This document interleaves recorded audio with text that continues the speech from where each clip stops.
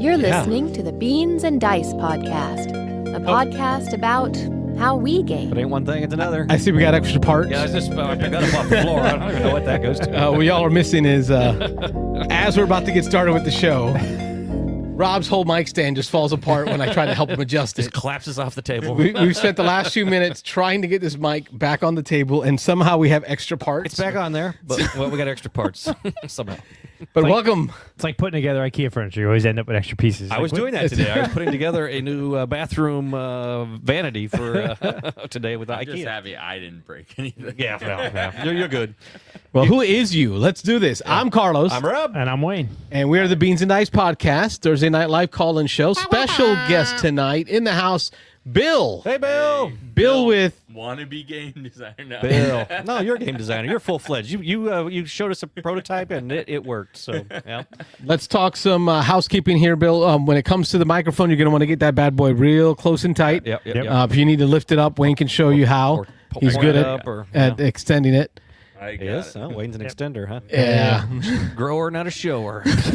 It's not even 10 o'clock, gentlemen. Settle down. I didn't say anything that inappropriate. Come on. Bill and I met. Now Bill's microphone's falling no, apart. it's just I got it. Bill and I met at Dice Tower thanks to our friend Patrick. Patrick from Advanced Three Spaces. Yes. He introduced us. We got to play some Root together. So Bill won, but it became the game of the con for me. The mic is perfectly over my head. Oh, It's okay. I've got That's all four right. cameras That's right. That's all in all different directions. we've seen you Well, plenty. that's why I Wayne. put it down at the beginning, but We'd rather hear you than see him. Oh, I see how it is. It's all on the fly. It's all good. Doesn't matter. Yeah. Bill decided to join us. He reached out and said, "Hey, I'd like to jump on the show. I'm designing some card games. Was hoping to hang out with y'all and show you the game, Yeah. and we can talk about designing card games." And I thought, that's awesome. This is the kind of stuff I like to talk about. So Bill has joined us in studio tonight. We're going to do some conversation about designing card games. We're going to take your phone calls to talk about what you've been doing game wise, As always. and we'll hopefully get through some of our Twig games. I know that I haven't been on for a little bit to be able to up the on games that I've been playing that I've been enjoying. First, I want to thank Rob and Wayne. Thank you guys for covering for me last week. Oh, yeah. Anytime. Watched the episode and almost walked away buying stuff. Oh. You know it's a good What did you- episode. what did What were you thinking almost about? Yeah, what are you talking into? Listen, between you, Mike, and Rob talking about different games, I got to clear some games off of my wish list. Oh, yeah. Which was helpful. Okay, which ones did you clear That off? was... What was it? I know you mentioned it. I did mention it. Let me look in the chat. Yeah. However, I was putting stuff into my cart and then deleted and moved on. Yeah. But that tells me it's a good show. It's a good show when you get to hear somebody talk about games they enjoy and walk away thinking, man, I want to play that. Yeah. Or, I think I can safely take that off my list and save some money. So that tells me that we're doing God's work here. Like Yeah. Something like that. we're helping people make decisions on games. Okay. But we'll open up the phone line. We'll get that started right now. 813-618-7099 is the number. You know how it is. We take your phone calls while we chat about games and hopefully get to hear from you and talk about games that you have going on. Phone line is now open. 813-618-7099 is the number. And got some comments in here. We can pop in and take a peek at those. Let's see here. In the chat, we've got board games in the background. I believe that is Caleb. Hey, Caleb. Heyo. And then Nick Benackers saying heyo. We'll continue with the heyos. And then we've got, which I think Nick is Netherlands Nick. Is that Netherlands? Yeah. Netherlands. Okay. Yeah. Yep. And then one mic, one game. Yeah, we're waiting. yeah. I can. Says the guy. Yeah. Get your own show on time first. We need to admonish him. PTA Mike in the house. Bill in the house. Was this Mike that we played with? Root? maybe. Maybe. PTA Mike. Were you Mike that we played Root with? Call out, shout out in the chat. Let us know. Because I think it was. All right. Let's talk games. Yeah, I got to get it with Bill. See, I think we got to get his gamer cred first, right? So yeah. get that So established? let's establish Bill's gamer cred. One of the questions I didn't prepare you for this. Sorry. Okay. This is off the. Okay, we, okay. usually give you at least what the thing is, but go ahead. Whenever we have a new guest on the show, the first thing we do is we ask them, are you now or have you ever been a gamer? This is your chance to tell us about your gaming credentials. How did you get into gaming? When did you play? So are you now or have you ever been a gamer? I mean, of course. Like, I wouldn't be here if I wasn't a gamer. I have a pretty strong pedigree of games, TCGs, Warhammer, all that. Gotten more into the bigger board game crowd recently. I mean, I've played all of them in the past, but now I'm monthly attending events and stuff. So, yeah. And then probably about a year ago, started trying to design some of my own games. Nice. Some are close to Kickstarter. Some need a little work still, and we'll see where it goes.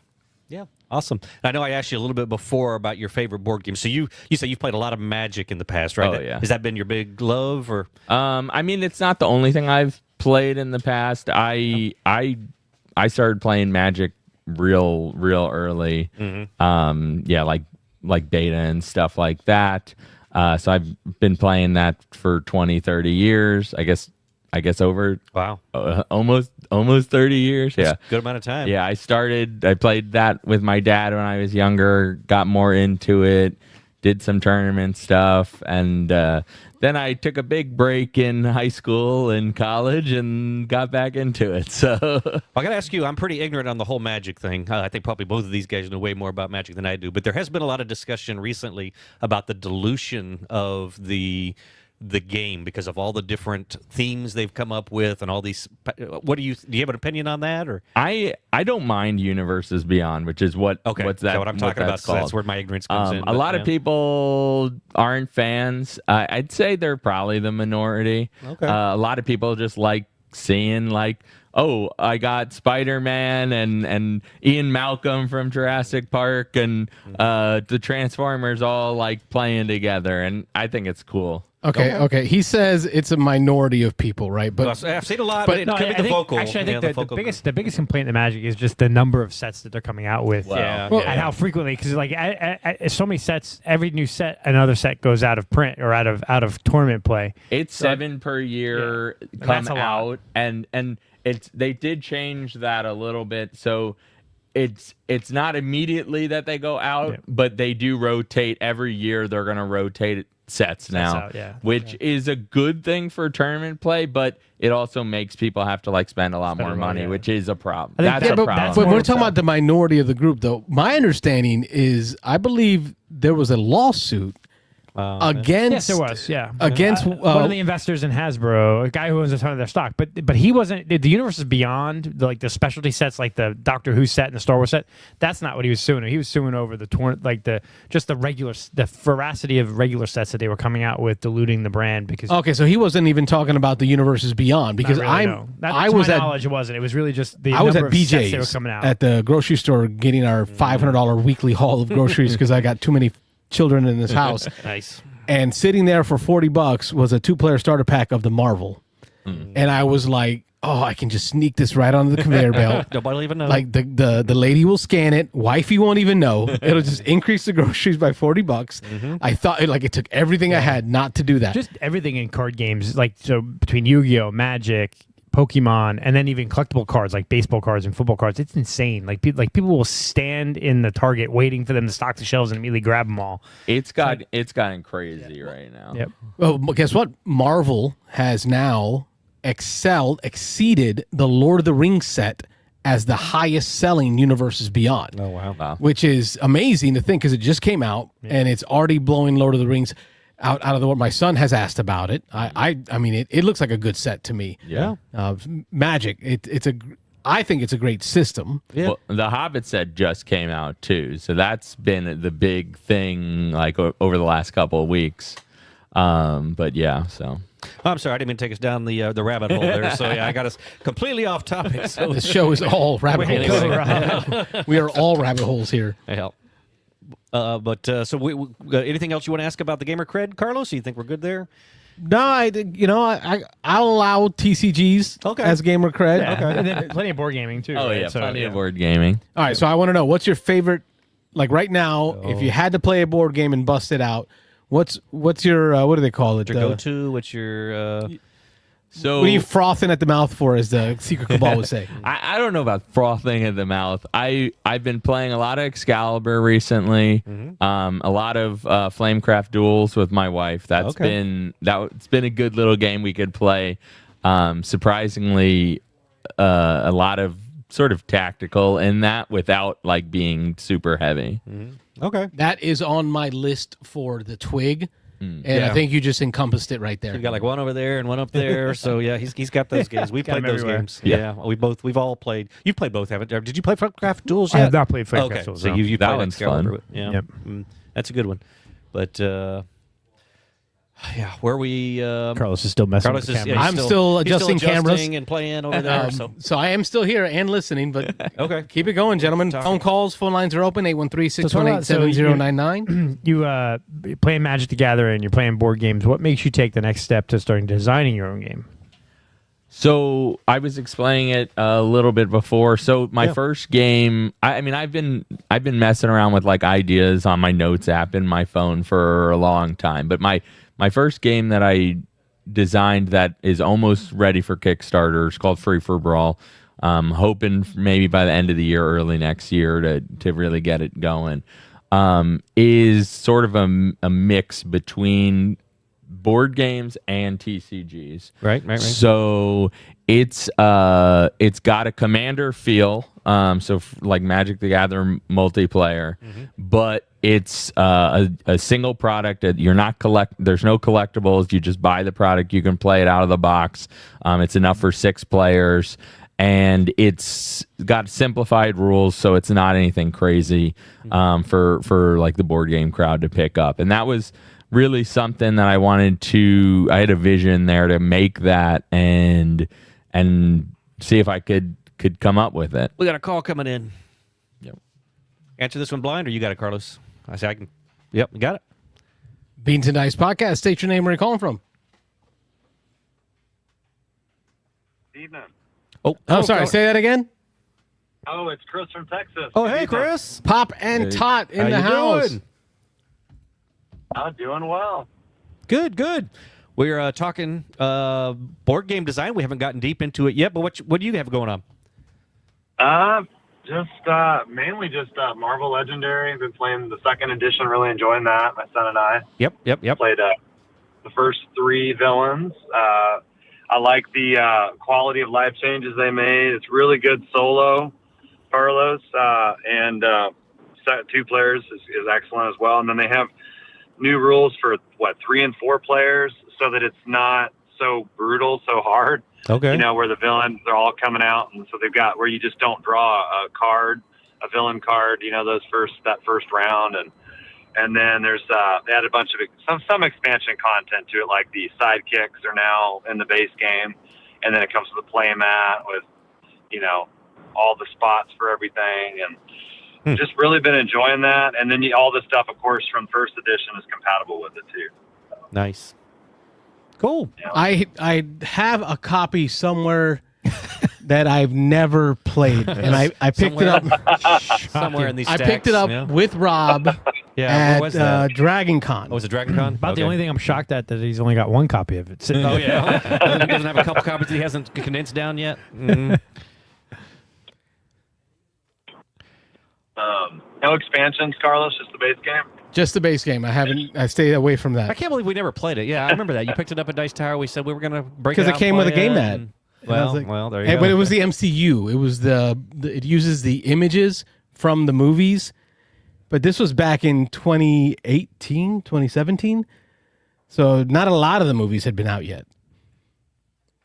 Yeah, they have some expansions that use the images from the MCU movies, but those aren't the original artwork. I mean, it's not artwork. Obviously, it's just movie captures. But the original game, they had all the heroes had the same artworks in the base game. They've updated that, so every card is unique. I mean, if it's the same card, they have commons, uncommons, rares, all that. So the commons you'll have more of. Those will have the same artwork, but every unique card has different artwork in this version, which I really appreciate, as well as the scheme twist and the original. The scheme twist all had the Sinister Six on there, and it was all the same, and that was kind of one of my big knocks on the game. And now they've updated. Every scheme has unique artwork that actually matches what the scheme looks like and what it is, which is really great. And the artwork just overall has been completely overhauled and redone. I mean, it looks beautiful. How's the complexity on it though? The deck. The reason I really didn't get it out is they're lighter deck builders that I saw based on reading the rules one time through, and my kids were younger, so getting my 15-year-old, and at the time I think it would have been like 10 to play would have been difficult. How are you finding it? Because you're playing with your boy. Yeah, it's easy for him. I mean, if you play Star Wars, the deck building game, I mean, you're looking at similarities there. I mean, it's that kind of complexity. Now, when you start throwing in expansions and you add more keywords, that's where the complexity lies. But I would say that the complexity lies in the keywords, which they have a whole glossary with all the keywords in it. It's a separate rule book, basically, that has them all in it. So as long as you have that handy, you're good. And then if you don't throw in too many expansions, you're not going to add complexity either. The base game is very straightforward. I would say the only thing is it takes a little bit of setup because you have to read, obviously, the number of schemes to scheme twist to include, the number of villain groups, henchman groups, all that based on the player count. But they have a handy-dandy reference guide on the back of the rule book that tells you all that. So it's not a big deal, but it does take, I would say it takes about maybe 15 minutes to set it up. As long as you have it organized in your box well, and I just organized it alphabetically from A to Z. I put villains on one side and then heroes on the other side because it's got a huge box. I mean, there's plenty of room for expansion content in there. As long as you the box label is, it correctly. the amount of content that came in it was very light. I think the playmat took up the most room. Correct. But there's plenty of room for cards in there. You can get a few hundred cards in there. I like when the games... You mean first edition? Oh, go ahead. Sorry. No, I like when the games add a little extra room for additional content. Yeah, especially if they know it's coming. I mean, it's I don't want it there. It's been disappointing. Some games you buy, it's like, oh, look, there's like all this extra space in here. I'm going to be looking forward to expansions, and then the game doesn't do so well. The expansions don't come out, and then it's like every time you open that box, it's like, oh, what could have been? But anyway, yeah, I mean, if they know stuff's coming, yeah, plan for it. Make a big box or just leave some room in the box. Yeah, they did a really good job. There's 550 cards in the second edition box, which is, I think, 50 more than the original first edition. So it's not significantly more. You only got an extra 50. But like I said, all the artwork's been updated. Looks great. I mean, and then the other thing, I don't know if you guys have seen it. I posted it in the Discord. But they also have a DC Legendary that just came out. And they add a track on this one. So that's just a little more complexity. It's a hope and a fear track. So the top of the track is hope and the bottom of the track is fear. If it goes to the very top of the hope track, you get to draw an extra card on your turn. If it goes to the bottom, you have to discard a card. But then like Batman will benefit from having more fear. Superman will benefit from having more hope. And different characters benefit and different things happen based off of the amount of fear or hope you have, which is kind of cool on the DC version. The artwork looks incredible on that one too. Same artist, it looks like, from the second edition of Marvel. Well, as Mary Jane would say from the modern Spider-Man movies, if you have no hope, then you have no disappointment. So, yeah. Nice. So, yeah, highly recommend it if you like Star Wars, the deck building game. I think you'll love it. And if you like superheroes, I mean, that's the theme, obviously. Yeah. And with the artwork, the theme comes out even more. And the playmat's just awesome. I mean, you know where everything goes. So highly recommend it if you like deck building games. It's become one of my son's favorite games. I mean, it's in his top 5 right now. I haven't asked him to lock it down, but I would say with how much he enjoys it, I'd say it's in his top 5 for sure. Got a good kid there. Got a good kid. Yeah, yes, I do.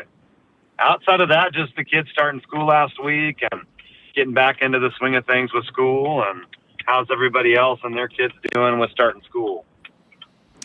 Pretty good. I got my third and last one starting high school this year. So, but he's heavily involved in stuff, so that's good. It's keeping him busy. I was just mentioned to Carlos before he joined the swim team. His older two siblings both swam, so now he's jumping in the pool, and he comes home exhausted every day. So it's nice. He's tired. He falls asleep on the couch, but but he's doing scouts. He's doing air patrol. He wants to fly jets later. So between those three things, he's pretty busy. So. Wow. No, it's all going And well. I think Wayne's go ahead, Carl. Wayne's got the most stress because he actually has to deal with working with people going back to school. Oh yeah.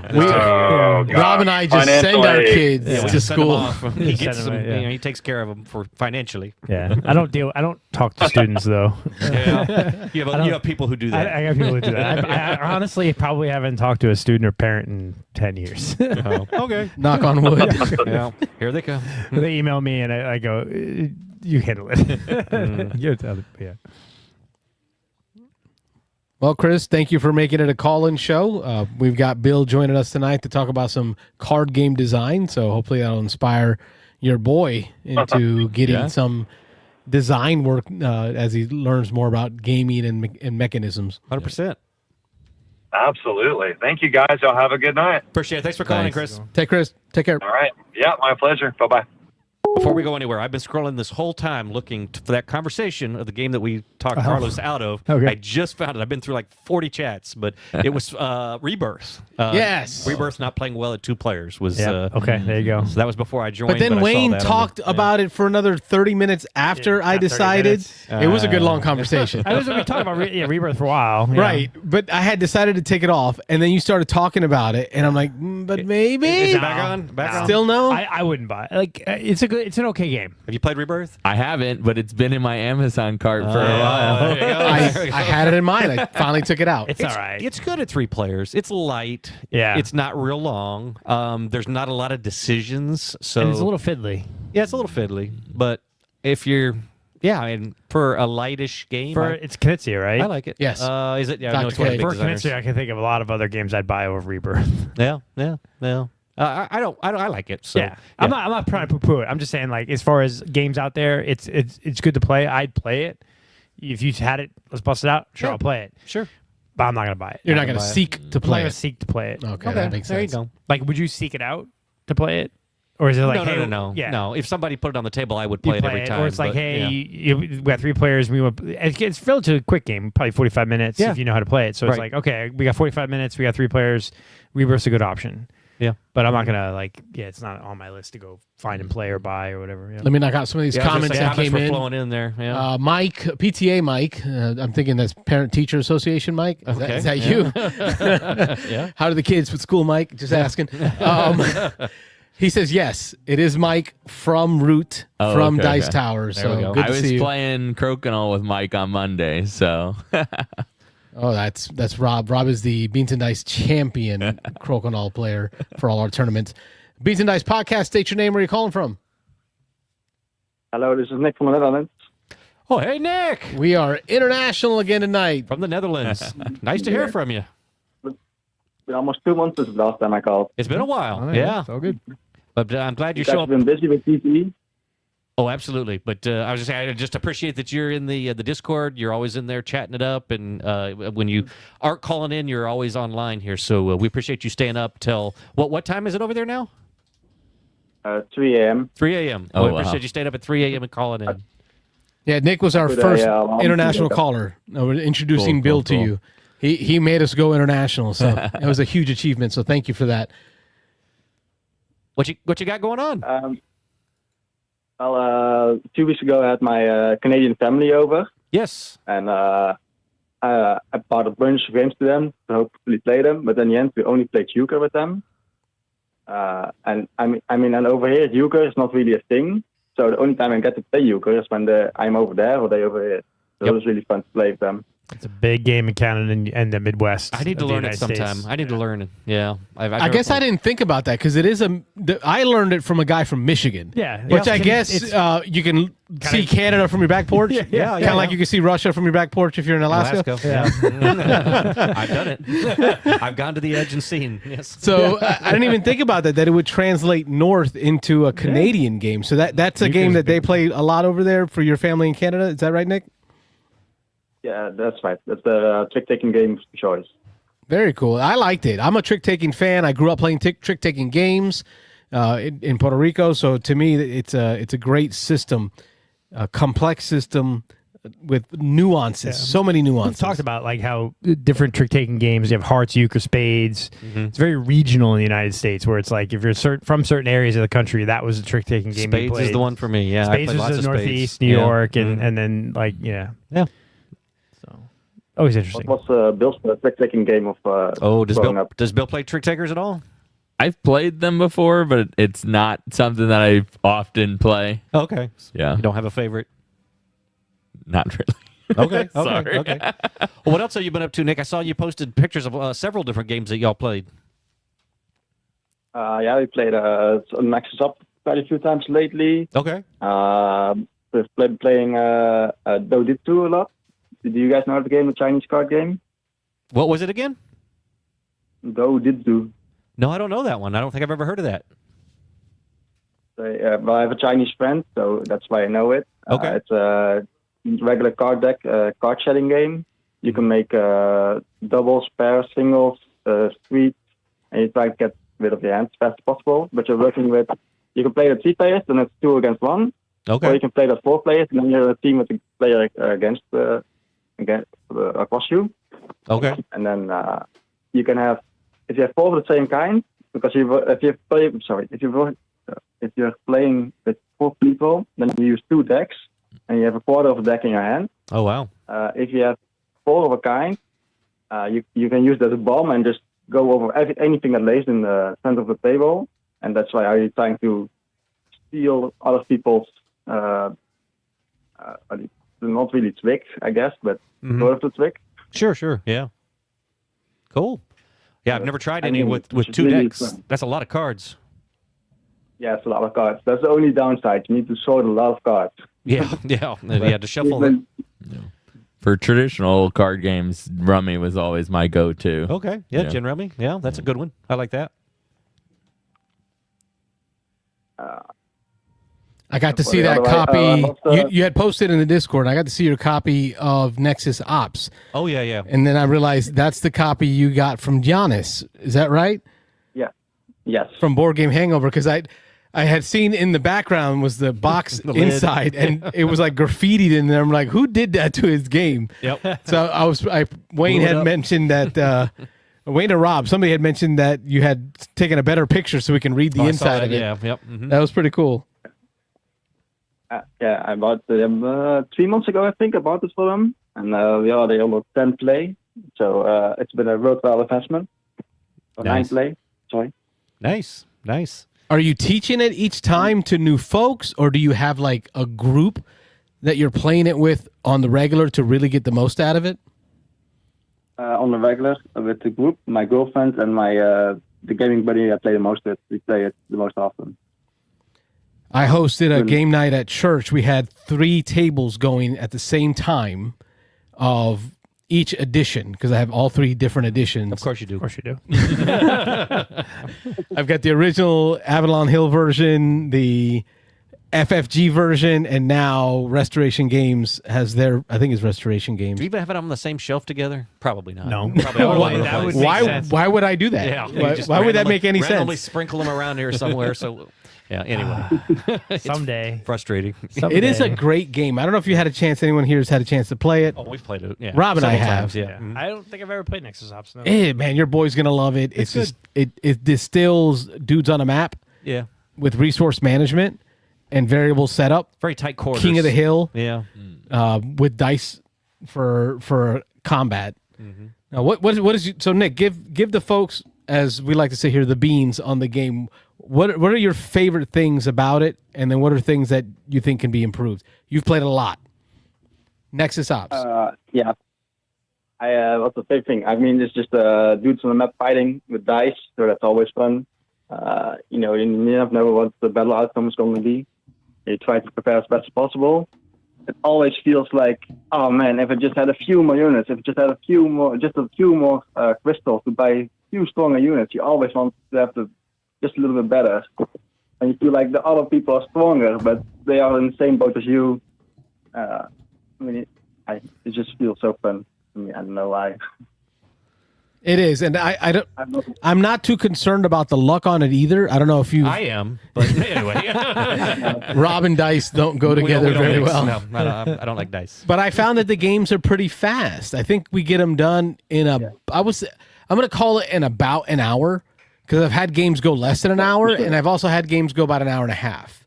So about an hour. What are you guys finding in your time zone? How long does it go? It's about an hour as well. Okay. I do feel like we played yesterday the first time on the backside, a bit more advanced guys, and on that you have the most strongest unit. You have, if it hits, it can attack again and attack again and attack again, and it's like the infinite combo. If you keep rolling really good, I feel like that was really lucky or not. Yeah, there's some luck in there, but the games are quick enough that it's enjoyable, and it's always good to just like bash up on a friend. Of course. Yeah. True. I'm glad I got another person in the community that is also a big fan of Nexus Up. So they're out glad there. to have you. They're out there. Anything new that you've played? Anything new that stands out for you that you've been playing over there? I had played the first time I played it, a couple of days ago.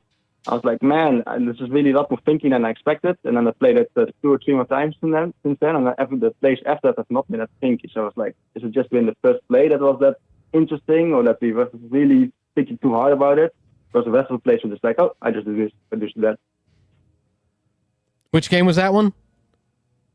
Duck and cover. Oh, Duck and cover. There we go. Yes. I played that a few times. Yeah. It's fun. I played it a couple times. That's a fun. Did you play that? Yeah, Bill? I played it the first time maybe about a month ago. It's surprisingly thinky for just moving cards around. Yeah. Yeah.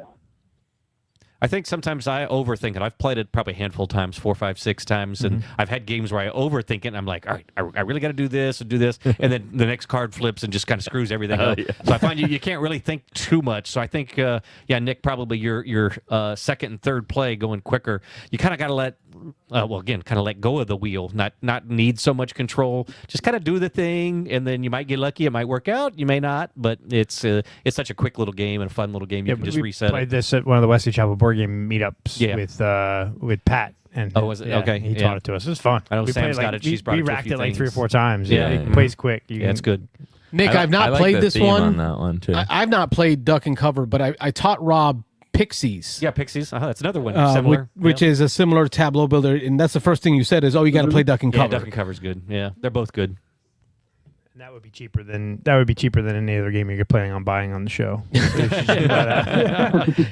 You can go out and buy that one. That's all right. I'm not looking to buy anything tonight. No, not tonight. You sure? And you didn't buy anything last week. I didn't say I wasn't going to buy anything tonight. I'm just not looking to. forward to it. I'm not planning on it. It may happen. There's another podcast I talked to. I was listening to. It was interesting. The guy goes to Gen Con and he said, "Here's what's I'm going to go to Gen Con and buy all the games I'm going to buy at Gen Con, and then I'm not going to buy another game until next Gen Con." Yeah. Good luck with that. And he's like, I'm going to challenge myself to not buy a board game for a year. He's like, I have so many games that I don't play now. I'm just not going to buy any games. And the guy, it's like the I forget the name of the show. His buddy was like, yeah, okay, you're going to buy games. Good luck He's with like, that. no, well, I'm not going to buy games. It doesn't mean I can't trade. I can't acquire games. I'm just not going to buy them. Words matter. Words matter. Nick, thank you so much for calling in, man. We do honestly, we appreciate your continued interaction in the Discord group. You share, and it's great because your stuff happens kind of overnight. Yeah. So I get to wake up in the morning to like read all the stuff Nick fresh was, game content. Same thing I think. Yeah, is when I get up in the morning. I was You like, think that too? What's Nick talked about? Yeah. I do. Because before Nick was in there, I go to bed, and the same thing that was there when I went to bed is there in the morning. Kind of ends and waits for the next morning here in the United States. But Then I get to hear about Nick riding his bike for 500 miles. Oh yeah, that was crazy. Did that happen? Yeah. Yeah. Did you actually do it? 50 miles. 50? 50. Yeah, I did. I mean, the last 2 miles, my knee hurt really bad, and I had my girlfriend pick me up. But otherwise, it is.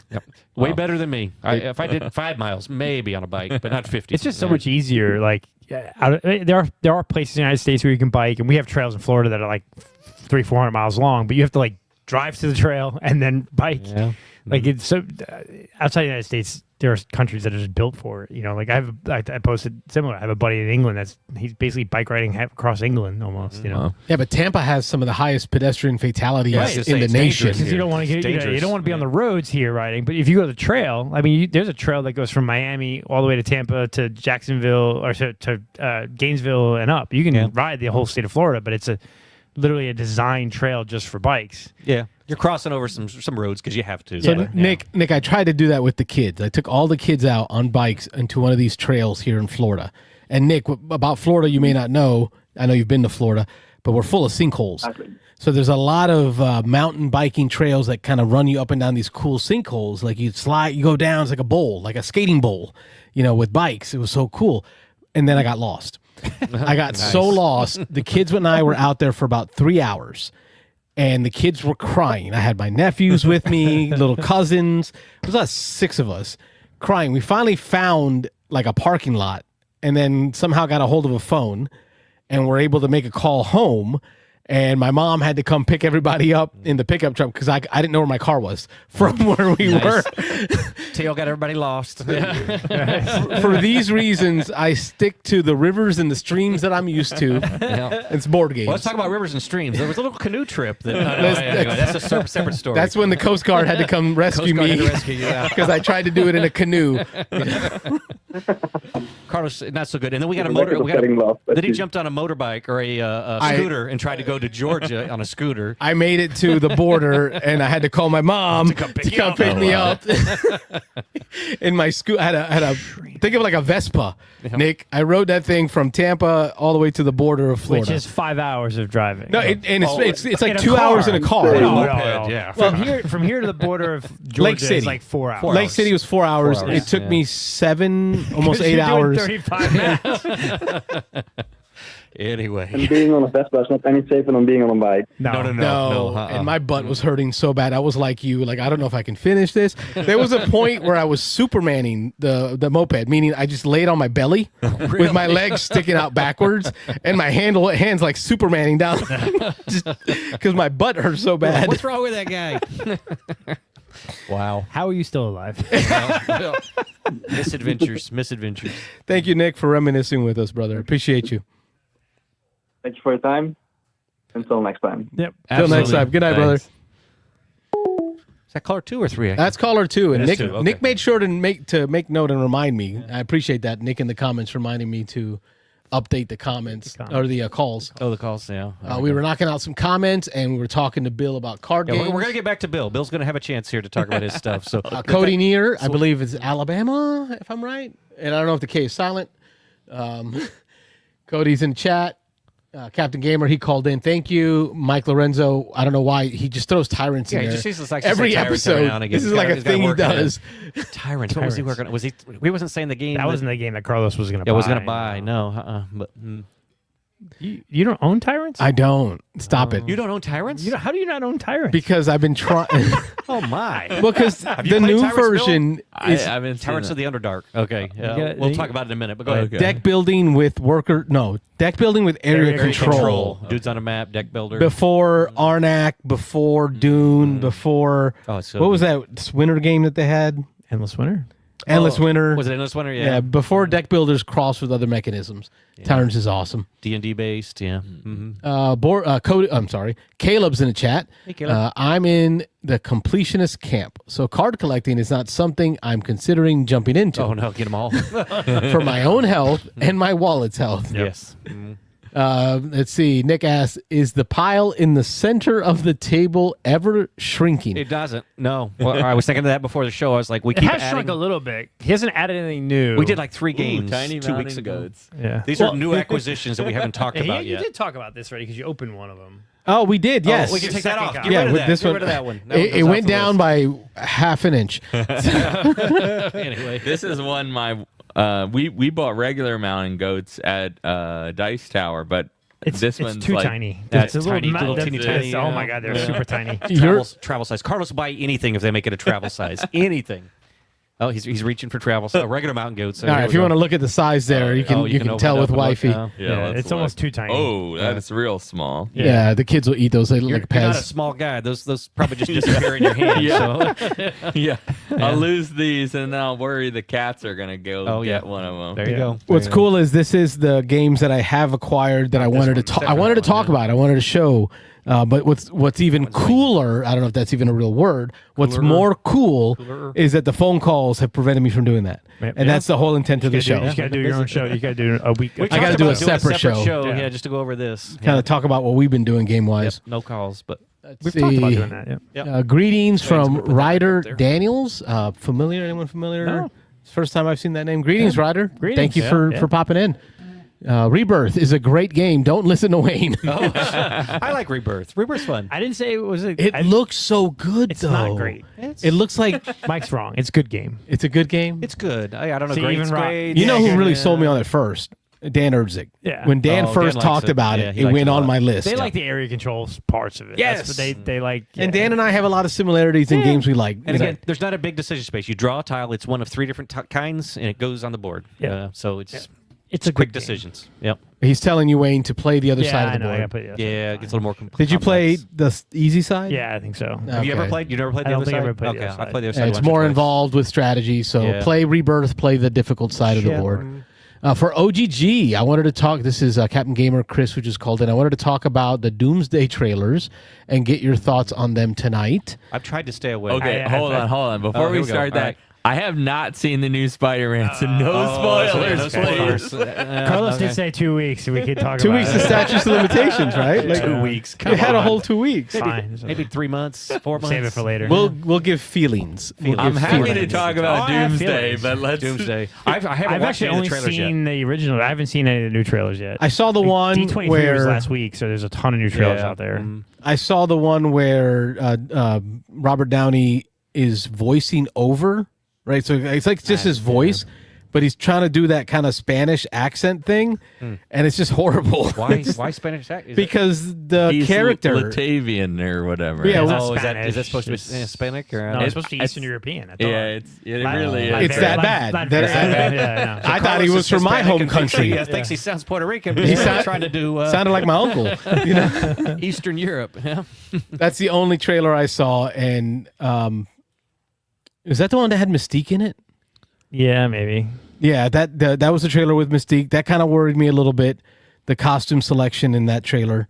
I'm worried about Doomsday because so much stuff has to happen for it to like make sense.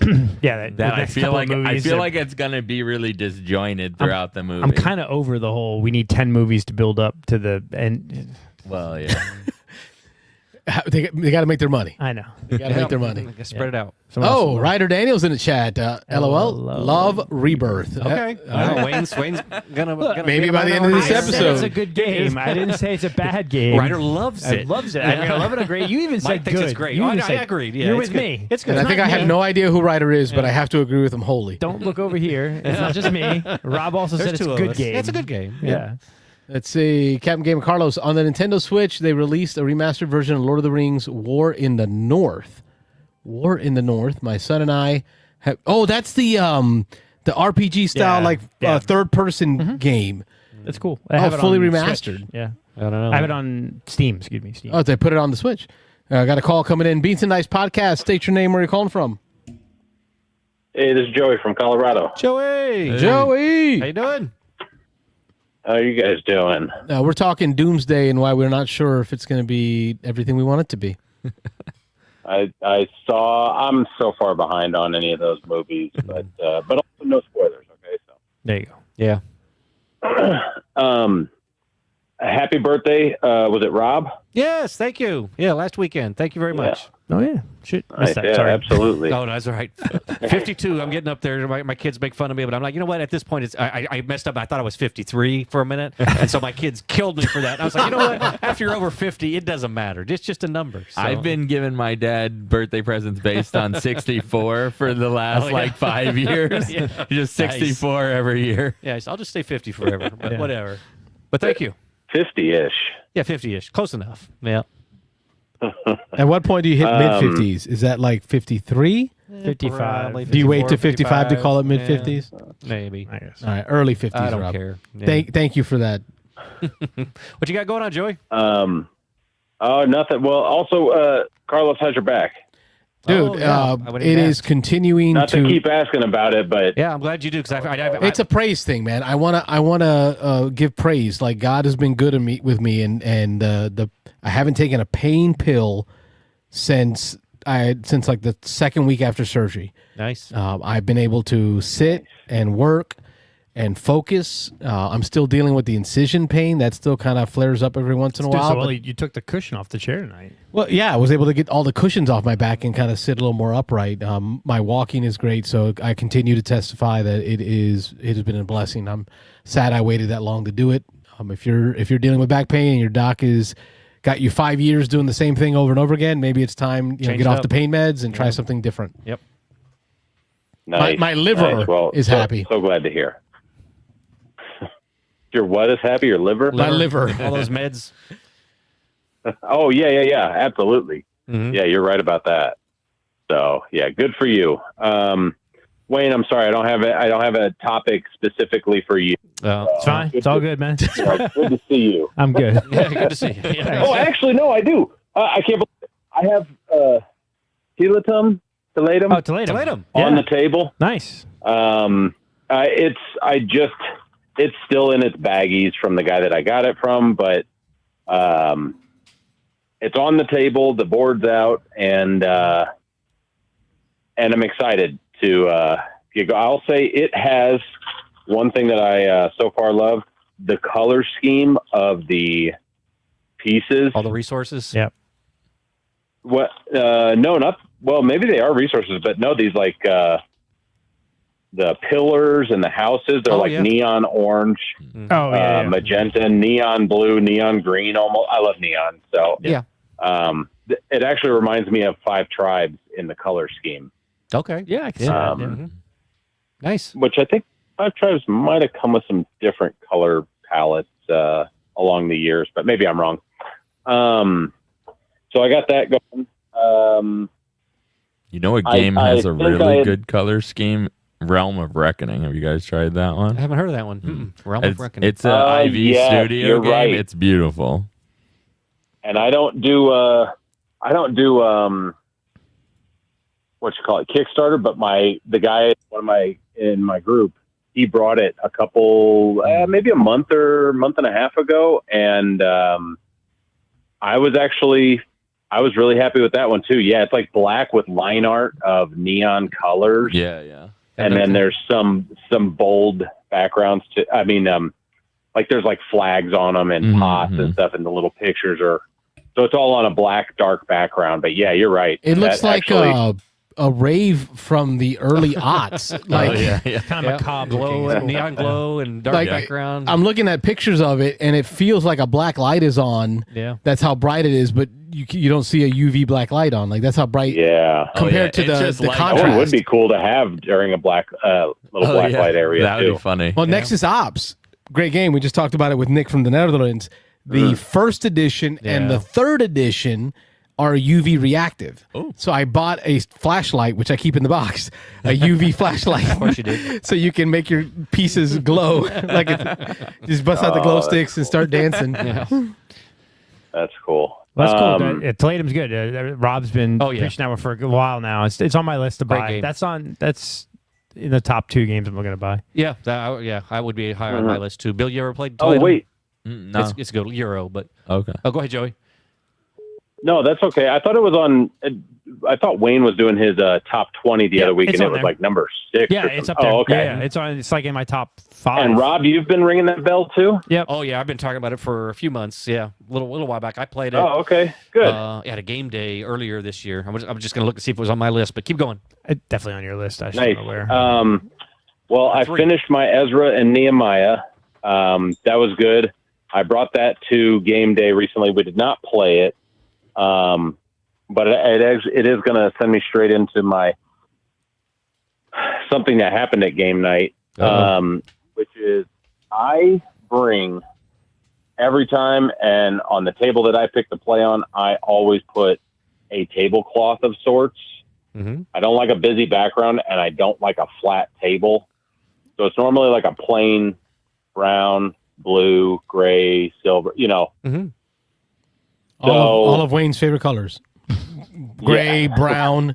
All those muted Which, Euros. honestly, it's I love them I'll have to send some pictures actually in the chat. I love them for the fact that if you have the right, I have one with a blue on one side and a brown on the other side. And so if you're playing, Pirates of Maracaibo, flip it to the blue side and be in the ocean. Yeah. Or if you're playing Forest Shuffle, put it on the brown side. So anyways, and I do not like picking up cards off a table. I was going to ask, are they cloth or something where you can get a little under? Yeah. Not like that little plastic liner thingies, because those don't really make a difference. No. Okay. There's just basically like 2 pieces of cloth and maybe a thin piece in between it to give it some more oomph. Okay. It's not perfect for every situation. Something like, let's say, Carcassonne, where you have smaller tiles. You are going to get some spots where it bunches up a little bit, but Sure. honestly, to not damage cards when I'm trying to pick them up, slide them across, accidentally hit a wet spot or something like that. You know what I'm saying? There's a thing. There's this thing. It's called sleeves. Oh, no. Do not It's sleeve. Do not sleeve. Even I do sleeve some stuff. The stuff that I can't get again, Rococo. So there is some stuff that I do sleeve, but So you got Nehemiah. You got your mat. yes, Everything yes, sounds thanks kosher. for keeping me on you see track. what I did Oh, there? yeah. You see what I did there? Everything was kosher. I need to play kosher. I need to play Ezra and Nehemiah again. We got to play it again. I had the solo out. It was great. It's a good game. We need to play it Yeah, again. no, well, Solo. All right, I let's finished go. the solo, and I told you it felt a little intimidating at first, but I think the more you just kind of go with the flow, you see that almost every move will probably combo for you. You just don't want to do a dumb move. Like, you got 3 blues out there and 5 reds. Go for the red. Try to pick that up versus the 3 blue, whatever it's going to. So anyways, we're sitting there and we play. Have you ever played Sky Joe? Negative. Or Skio, someone's called it. It's 12 cards, flip them over as you take a card from the middle, or don't flip it over and replace a card. Try to get the lowest score like golf. Okay, we play that. That was our first game. Then we play Rebel Princess. Was this at the library? Uh-huh. Okay, carry on. So Yep. So Sky Joe. So we go to then Rebel Princess. Yep. I got to play Rebel Princess. I keep hearing about it. Yep. And then I really hope this person's not listening. I don't think they would. But anyways, so they were like 3 rounds through Rebel Princess, right? And there's only 5 rounds in that game. And it's a card game. So it's going to be over in about 5-10 minutes. And the guy next to me, my tablecloth, the guy next to me is like, "Oh, man, I'm hungry. Oh, it looks like somebody brought some pizza." Now, this has never happened to me before, so I think I was kind of frozen. Yeah, I knew this was going to go. Yeah. We'll talk about that in a minute. So It was at this moment I'm thinking Joey realized I'm thinking it. he messed up. Yeah, no, it was. So he comes over and he's got the pizza in his hand. First of all, not his pizza. It was somebody else who brought it. And he just grabbed it without even asking.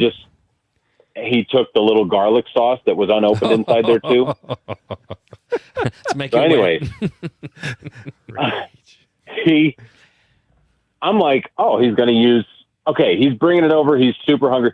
He's going to use the next best judgment, which is eat it with one hand, play with the other. away from the table, off to the side, turning your head every time you take a bite. And then when you finish it quickly, you go to the restroom, wash, and you're back like nothing ever happened.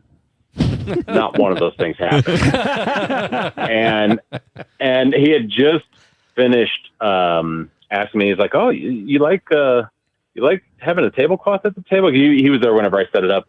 I was like, yeah. He's like, why? I was like, I don't like picking up cards off a table or whatever the other piece is where I try to grip it, I miss it, and then my fingernail catches an end, and now I've flipped up an edge of a card that is your game, and I'm so sorry, but we're playing on a... Anyways. So then I look over and I see there's like a red stain on the table. Oh, no. He's like, oh, sorry. And I was like, okay. At this point, I'm like sort of in shock. And again, it's just never happened to me. And I'm not trying to shame the person, but also I think shame is not a terrible... Listen, for the last 4,000 years, shame has worked well. Okay? Yeah, we need to make shame great again. It drew a line in the sand for me. Never again will it happen. And I'll be a staunch. It was my game too, but also it's a pretty popular game. It's not going away. You can get that Rebel in a lot of Princess, places. right? So I'm not. Yes, Rebel Princess. Whenever I bring something to the public area, I have to be okay with myself. Like, this might get damaged. Something could happen. Yeah, because I like to keep my stuff taken care of. But if it's something that's precious to me or deluxe edition or something, I'm probably not bringing it out to like a bar or whatever, a brewery. It never shocks you that gamers, nerds, geeks don't always have good social best manners and social cues. No, they don't always pick best social cues, right? Yeah. Like it's just not going to happen, right? You know, There was a person I was thinking of. There's a reason why we have to remind people when they go to cons to sleep, shower, and use deodorant. There was a person I was thinking of with this story, and that person was in the comments, and it's Mike Lorenzo. Oh, yeah. And he says, nope, I don't like where this story is going that Joey is telling. He's going to turn the show off for the next 15 minutes. There was a moment He's in time. The corner, like twitching. There was a moment in I know the time story. Yeah. You can tell this where my games Oh, yeah. and Mike's games came together in a manner where if I had a father It was in a trunk. and I disappointed that father, I would now know what that felt like because of the way Mike talked to me. It was the trunk of a car. Yeah. Well, we were at Escape Winter, I think it was. It maybe. Yeah. It was Escape Winter. It was Escape Winter. Escape Winter. I think it was Escape Winter, and the way he talked to me would be like, "Oh, if I had a dad, I would now know what it feels like to disappoint him." Mike's in the chat there. What did he say? Oh, he's defending himself. He says, "I did not react that way." Yeah. He was semi-polite about it, but he was stern. He was stern and polite. But no, it was that face of like when your kid does something and your face kind of contorts. Completely appalled. It was like, yes, your face contorts, but then you kind of measure your words because you're like, I'm not going to yell at this child. This child doesn't know any better. Like I saw that in his eyes. Like I'm not going to yell at Carlos. Carlos doesn't know any better. Let me say this in a nice way. This came with depositing games in the trunk of a car in a haphazard manner. So anyway. Oh no, here's Max by Burns. the way, there was soda spilled on that game when you gave it to me. Oh, there you go. Max Burns is in the chat now, Joey. Now Max is a throwback. Max is another story. I had my first crokinole board and I kept it out. Right here? And no, that It's board not I one gave of those? away. Okay. Oh, that one's gone. Okay. Because it became a $200 coaster. Yes. Because, well, I think one of Max's kids left a drink on it, like a coaster, and it left a ring on there. It swelled up. But and that's the thing is, I'm with Bill on this. I share games. I put games out there with the expectation that something bad might happen. Yeah. And I move on. If I really care about the game, I keep it away and I only use it. You can pull out your second or third or fourth copy of it. So that's why he buys these. Because I had two crokinole boards behind you, Rob. Yeah, I know. Ultimately, I think though, like you learn a lesson of like, okay, either put a sign up or, if someone's coming over, be like, hey, I see you coming over here. Go finish that pizza first before you come to the game table, type thing. So many of these things are exactly what was going on in my head, and since then too. And you guys are so right. Lesson learned by me. Yeah. Speaking of learning lessons, though, so okay, it keeps going. the grease then goes to the cards. Yeah, and the girl that was with us, yes, I almost couldn't look. He was sitting right next to me. I couldn't look. I couldn't face it. Right. So, anyways, and he's not like looking at me. And as the play goes around, people are sort of like having the same realization. And I'm like, I hold my hand up over my head, and I'm like, I'm up here, And I'm like, so she's like, I'm sorry, please stop. This is so she sort of tells him. Also, we have a lady with us sometimes who has celiacs, and she specifically has said, "Hey, do you eat while you play games?" No. Okay. Well, if you do, please don't bring that game. I can't play it or whatever. And we, respect that. So, anyways, she tells him. And she's like, "Oh, it's getting grease on the cards now too." By this time, there's like 3 or 4 little spots on the mat, and I'm like, "Oh my gosh, how did it spiral this fast? And how did I not say anything?" Yeah.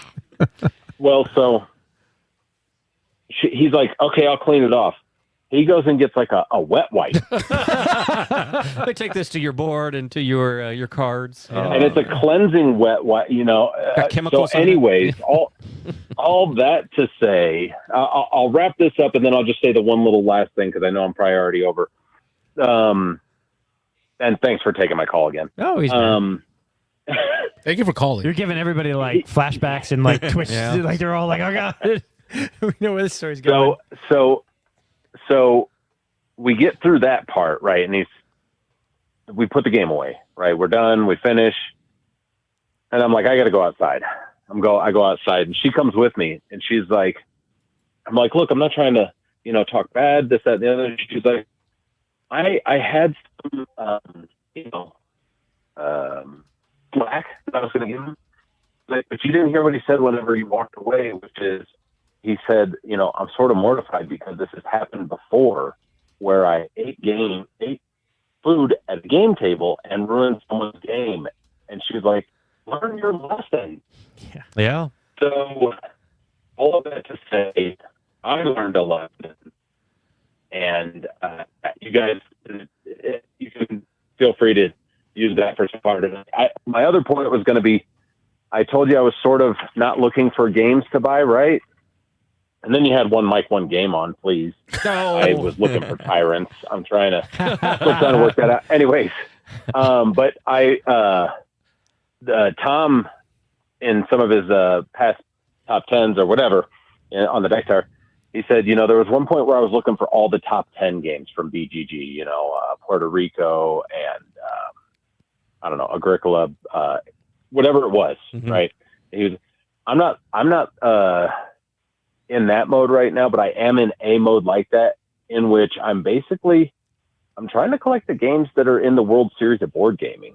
And that's been, luckily I had quite a few of them already, but I don't know if I'll pick up Acquire.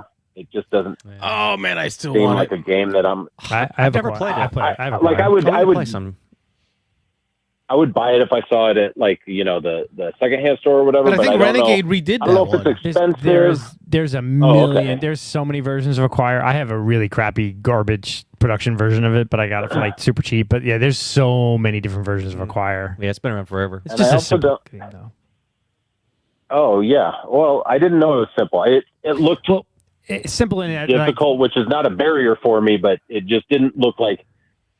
It doesn't look like it has a fun theme, although I guess a lot of things may not look like a fun theme. But anyway, so that was my last. That's what I was kind of getting at. Simple, the game mechanics are kind of cool, but it doesn't the production for me. The production value doesn't matter. It could be the crappy version or a fancy version because really you're. It's kind of like you're grabbing the tiles that have numbers and you're putting your toe tiles down and you're trying to merge together. So it has that merge mechanism. So it's kind of simple like that, but it's easy to learn, difficult to master type thing. And you could play a crappy version because it doesn't really. And the pieces are plastic. You get pizza sauce all over them, no problem. Actually, the version I have it's all cardboard. Wash it right off. Too soon. Too soon, yeah. It doesn't like that. It'd be Didn't too appreciate soon 10 years Carlos. from now. Yeah. Thank you, Joey. I do have one more thing to say about the food on the cards. I don't think it's a negative thing to tell the person hey, could you please not get the eat food around on my my game. Totally plate? not. Yeah. I just was so. I think I was It was so like it struck. happened so fast, probably too. In, Like, in Magic and TCGs, people say that all the time because you got hundreds of dollars on the Yeah. table, Yeah. and they're like, "Please It's don't touch absolutely my about to be super a sign expensive card." on the table when you walk in Oh, now. yeah. Do not eat at this table. Yeah. You know, please no food. I didn't even mention the fact that the people who brought the pizza ate theirs and ate it at the game that the other people were playing, and the one guy that was playing, he's also he wants to keep his games good, and he was like, they were eating the pizza at our table too. So, Yeah. what kind of animals? anyway, What you didn't know is at the library the following week there was a support group. Yeah, we got together and met. See what had happened was I got the librarian to post a note, no food. Thanks again, Joey. well, anyway, Thanks. Thanks, man. Yeah, have a good night. You too. Bye bye. Good night, hombre. I got to interrupt real quick here. So I got to say something about this. This is ridiculous. Why? So Ezra and Nehemiah, a couple of months ago, this was over there. So when we started talking about it here tonight, I was looking up and down over there. We got another call coming in, but I was looking up and down. Carlos finally points out it's over here. So it's finding something around here is one thing, but then look at I don't know if you can see the lid lift on this. I was going to pull it down and then I shook my head and then I was like, no, It is not my fault God. that Garfield game just like crammed it packed where you cannot really put it back in a good way. I'm sorry. That's I don't know. they wanted to keep it in that that size of the Hadrian's Wall. What's the other one? The one that came after Hadrian's Wall, Scythia. That size Scythia, box. yep. Like they wanted to use that, not their bigger boxes that they use for like Viscounts. This game should have came in a Viscounts box. Period. Blame it on Garfield games. Okay. I mean, we were talking about earlier, like put a little extra room in your box. Yeah, exactly. Yes. Got another caller. Beansanddice podcast. State your name. Where you calling from? This is Ron Frazier from Atlanta. Rob Frazier. How you doing? Hey, Ron. My brother's been a while. I know. Welcome back to the show. We got Bill. Bill's been designing some card games. We're gonna get to it still. We've had some great conversations about it, and calls keep coming in just the way I like it, and you keep making it happen. Call number 4? Four, just changed. Four. It's a call-in show. It's a call-in show. That's the There you point. go. I like the new camera setup. I don't know how new the new camera setup is. About 5 minutes. Actually, you know, it was like During the 15 show. minutes during the show. Yeah. I was still working on it while we were in the They're show adjusting cameras while we're talking. because the microphone was covering up Wayne's face. But I mean, I thought aesthetically that was better. It probably was. What you got going on, Ron? So I caught the tail end of this conversation on the previous call in talking about food and everything like that. So one of the things that I do a lot of Thursday nights, I am an adult volunteer for a venture crew, which is tabletop gaming focused, and I feel that that thing about people eating food around board games, and I'm dealing with teenagers here, and it's mostly boys. This is and it's like some of those kids, they have no regards for taking care of stuff, and it's like, come on, guys, put the Cheetos down.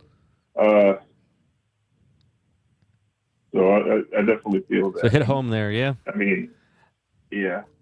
And that might just be a lost cause. That reminds me of at Dice Tower. They have a bunch of public games, but they had a public version of Trio. That thing was beat to crap. Yeah, it was played a lot. Yeah. Yeah, but they have these Right. these chopsticks that like are fingerless chopsticks. Okay. Where you use your knuckles so you can not use your fingers while Or eating. you can just eat after the game. Or eat at another table. I know that's what Louisiana does. Like Mitch, they don't allow any food at the table. Not so much for protection of the games, but just the time it takes away from them getting through a game faster. But Well, I mean- I'm on eBay right now. You can buy these chopsticks dirt cheap. Mitchell and that group, those guys are just they're too serious. But yeah, so I discovered this new fantastic game Flip 7. Have you ever heard of it? No, tell us about it. Of course, we've heard of Flip 7. It's the greatest card game ever made. Yeah. It says it on the box. Well, On the box. So I learned it a few weeks ago. Actually, I picked it up because it's so cheap, right? Yeah. So I bought the Liquid Death in the Flip 7 with a Vengeance, right? And then like a few weeks later, I ended up playing Liquid Death, and then my buddy I was playing with had the National Park, so we played Liquid Death and we played National Park, and I like the National Park better than Liquid Death. Well, it's slightly different, right?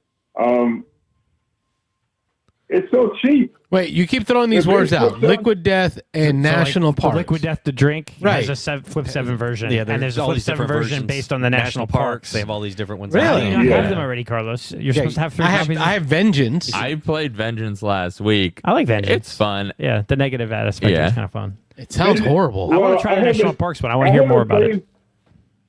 Okay, so should I go over how Flip 7 works? Yeah. In case you don't know, Flip 7 is a game where there's a humongous deck, and you're trying to score as many points as you can, play it over multiple rounds, get to 200 points. It's called Flip 7 because if you flip 7 different numbers, the round immediately ends, and you earn a bonus 15 points. So that's really cool. There's approximately 200 cards in the deck, 1-1, 2-2s, 3-3s, all the way up to 12-12. You do not want to flip 2 of the same number. That's how you bust. Yep. But there's special cards like Second Chance, lets you discard a duplicate card and, give you a little bit of second chance. Bonus modifiers, a multiplier. There's a freeze card, which, you play against somebody else to freeze the turn and flip 3 to force people to flip. It's a good game. That's the basics of the game. I call it gamified blackjack when I explain it to people. Yeah. Yeah. Right. Yeah. Gamified blackjack. Liquid Death it's one. It's special. I think it immediately ends the turn and does something else really cool. I think maybe give you some bonus points. I don't remember. It Flip 7. Liquid Death also has the. They don't have a second chance. They have a kill card, which you can kind of use as a second chance on yourself, or you play it against somebody else. One can rule one can't flip one or more. Right. Okay.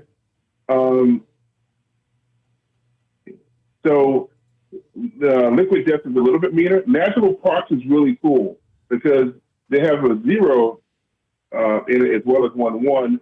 And the 0 is actually worth 0 points. But on the modifier cards in National Park, which has great art, by the way, the modifier cards have birds. And the 0 looks for the number of birds on cards on the table, regardless of who actually has the cards in front of them. So it's worth 0, but it's not worth 0. But otherwise, National Park is pretty much like base Flip 7. And so far, it's my favorite version of the game. There's also I have not played with the Vengeance yet because there's just a whole bunch of just negative take that type of stuff. And yeah, with a Vengeance can be pretty brutal. Yeah. There's also a Grinch version. Yeah, I Flip saw the 7. Grinch version and So immediately they're ignored it. They're up to like 5 versions, and I think there's going to be several more coming out soon. I'm sure. Oh, yeah. Yeah. What and so long as they look, so far so good. Like I don't have the Grinch version yet, but I'll probably pick it up. It's $10. Yeah. Flip 7's essentially the Uno of this time period. Yeah, I think so. Carlos just bought 3 copies anyway. But I bought it. Okay, I think in my house. What did you just buy? We- Did you just buy No, something? we- He literally just bought them. I think I bought no less than 7 or 8 copies of Flip 7 in the last couple of years. Wow. You could give them away like candy. Well, that's true. Right? Hey, this is better than Uno, and it's like blackjack. And like the middle school kids totally understand that. I don't know why the middle school kids understand this is like blackjack, but they seem to get it. And then you just give it away. You just walk away, let them have it. Yep. Yeah, exactly. Like tonight, I didn't bring any games with me to the crew meeting, but I ended up playing, with the adult volunteers and parents that were there, and I just bought a Flip 7. We played it, and I was like, "Here, the crew can have this game." Like, add this to the library. Right? I feel like Johnny Appleseed. I kind of like sprinkle them in places that I go that I know I'll be back again in hopes that it'll still be there next time when I come back around. Kind of like a drug dealer. Yeah, here's some free stuff. Here's some free. First was free, kid. First was free. Flip 7's a game that I always toss in my bag when I go to a new game place or whatever, and I don't know what to expect. Yeah, it's a good one. I keep one in a deck box because they're just so easy to carry around in a bag in a deck box. It's a good appetizer. It's a good appetizer game. A good appetizer or dessert, right? Like and I'm definitely. I'm enamored with the game, right? Like, I wish it was a solo mode. But Carlos will find it. Oh, yeah. Already did. Yeah. It's on BGG. Printed out online. the rules. Yeah. It's a very good solo/2-player bot that you can add. It adds an aggressive player and a conservative player, and it kind of gives you a quick, simple flowchart. We're not talking like Benjamin Thompson level, undaunted level of flowchart for solo bot, like a very simple flowchart. If this, then it hits. If not, it stays, kind of a flowchart. And I tell you what, it amped up my 3-player games because it made it a 3-player game 4, which makes it more fun. Everybody's going against the bot. Mm-hmm. And I've been able to play solo. Like at church, when I'm waiting for the kids to finish up with something at church, because I already have it in my bag. It's like, take it everywhere. And I'll just play solo against the 2 bots, the conservative. And you know what's crazy? That conservative bot, that bot wins. Wins a lot. Yeah, just like not hitting all the time. Slow and steady wins the race. That sounds sort of like regular blackjack where the dealers got certain rules they have to hit on or whatever. Mm-hmm. That's what it feels like. So yes, it's on BGG. Look it up, solo variant. The 2-player, like 2-bot version. It's pretty cool. Yeah, so it's. But I don't play solo games. No. That's funny. I play these days. I play almost exclusively solo games. That's the running joke. I'm with you. I'm always playing solo. That like there's another like blackjack variant type game that I picked up called the 27 card game, made by the same guys that make Super Show. And that I play Super Show as a solo mode. I play what else? I need to pull out Astronauts. Last thing I want to talk about. You still playing that horrible looking game? That game looks all mean is that the Astronauts? Is that the one that had like all the bright colors and like the zombie skulls? Yeah. That thing still giving me nightmares, man. Last time I pulled that one up. Yeah. But Sentinels of the Multiverse. Didn't they just get bought out? They did, and they got the rights back. Handelabra. They got the rights back. Yeah, Handelabra bought the rights from the company that had it because Handelabra has the digital versions, and then they turned around and handed the rights back to the original designers so that they can continue to create a universe. But Handelabra keeps the digital rights. Cool. Yeah, so good news for them. So I'm playing. I got the app version, and then like with the app version on Steam, or even the Android version,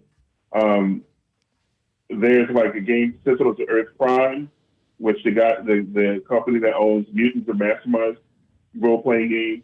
They have their own like standalone version of the game. And then like in the Steam Workshop, there's the entire Cauldron, which is a BGG fan-made mega expansion. All the stuff is in it. Well, I'm back to playing Sentinels of the Multiverse. I know that there's a new edition. They're calling it the definitive edition, but it's not. It just isn't worth my time. Like, I have the app. I have everything for the enhanced edition, official, and like, I don't need. They streamline definitive edition. They streamline things by basically making a bunch of keywords. Yep. So that the cards can be cleaner. But Keywords are important. Game. Bill, keywords, card games. Write it down, take a picture, draw a painting. I don't give a F. Card games. That's how you design them. Yeah. I mean, keywords are definitely important. I mean, absolutely. Oh, absolutely. Don't get me wrong. Like, I think that it is important, but it's the same game. You can have keyword bloat for sure. That's a problem Magic's dealt with for years. Right. And I don't really. I think it looks great, but I don't really need it. Do you know if the definitive edition fixed the token issue? Because that was my biggest issue with Sentinels. Playing Sentinels, I felt like I had to find a way to get 100 tokens on one card. You know what? I think that they did. If I remember correctly, we're looking at pictures right now. But like, once again, I have the app. I don't have to worry about that. And also, there was a version 2. There was a sequel crowdfunded, and it's in active development. It's almost ready to go. So I'm about to have the definitive edition version on the app anyway. But anyway, that's been my recent gaming news. Flip 7, Sentinels of the Multiverse, Astronauts. That 1942 USS Yorktown game too. Hard. I haven't won it yet. There was one copy left on the BGG market, and I didn't pull the trigger. I couldn't. I wanted to. I just haven't pulled the trigger on it yet. It's that real-time aspect that has me interested. Because as a solo game, playing against a clock. You would love it. Because it's more your thing than it is my thing, and I really like it. I mean, obviously I bought it. So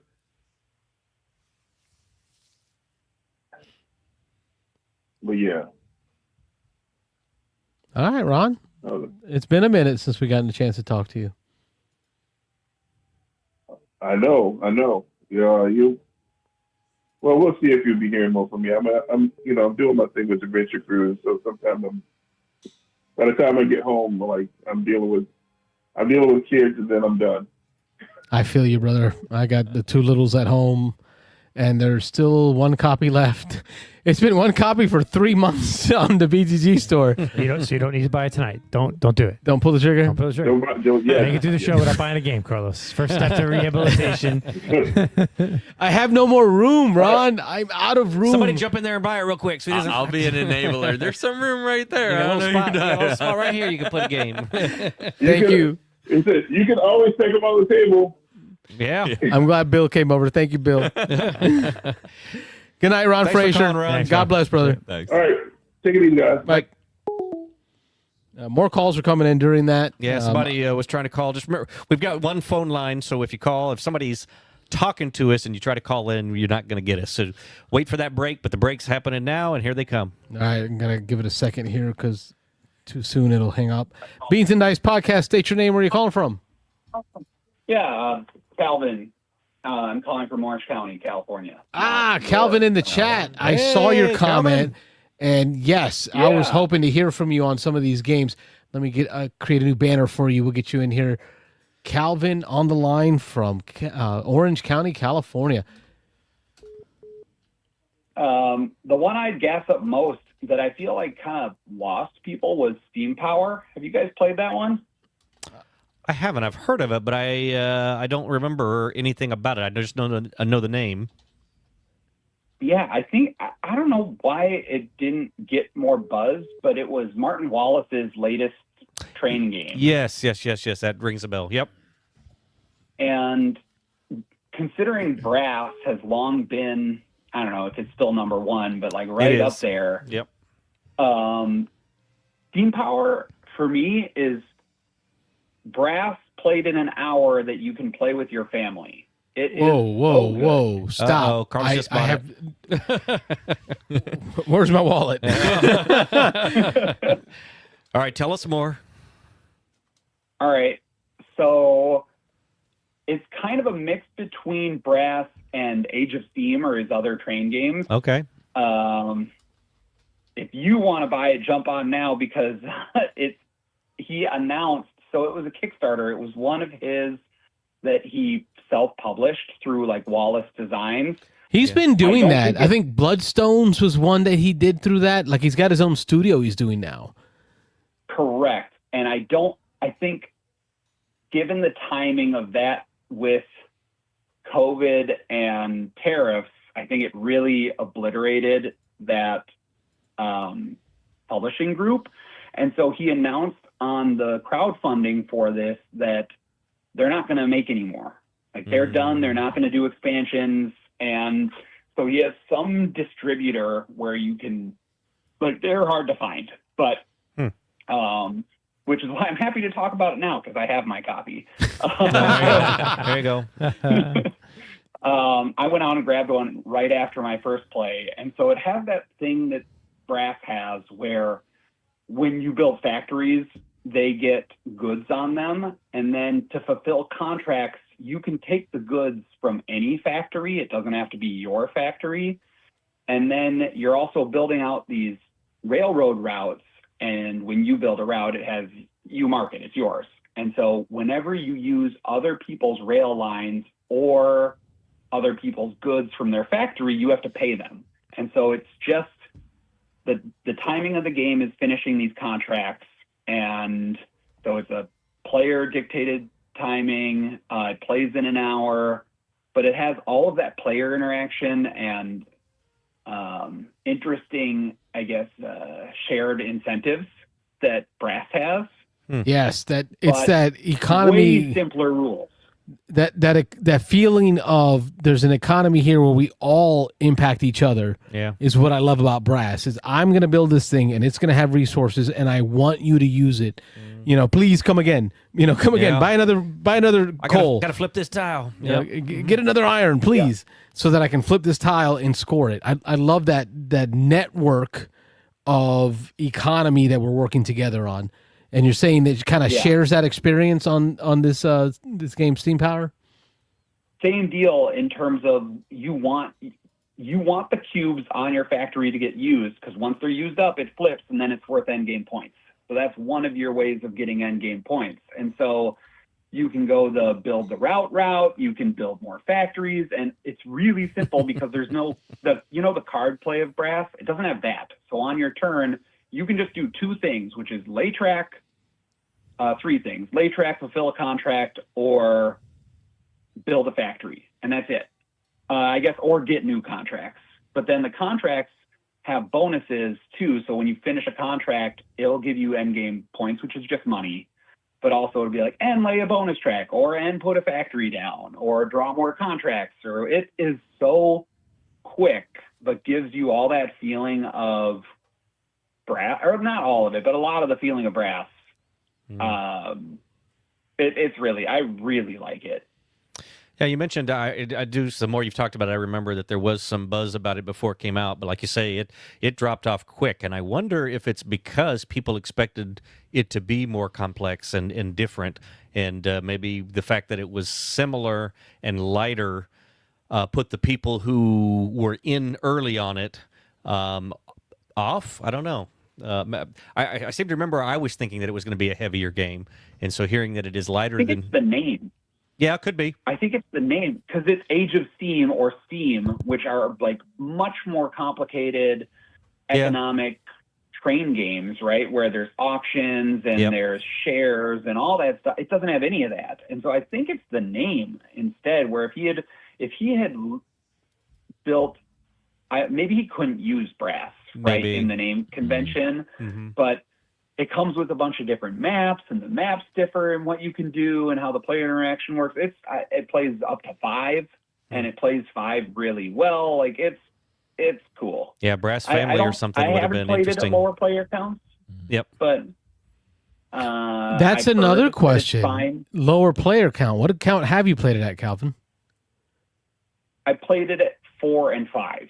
Oh, it plays up to 5. I don't even think Brass plays up to 5. I think it's 4. Yeah. Yeah, I think Brass is 4. 4 max. Yep. Yeah, and it's always nice to have a few of those 5-player games in your. Foundations Rome, Smartphone Inc., I love Raccoon Smartphone Inc. Tycoon. Smartphone Inc.'s great. Yeah. These are all great games that play at 5. Yeah.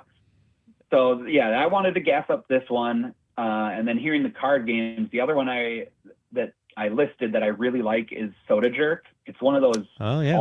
All Play has just been killing it with their like little $9 card games. Chris Yee. And Yeah. that one is a great like hand management bluffing game. I think that those are the two ways I describe it. It's really good. Great art.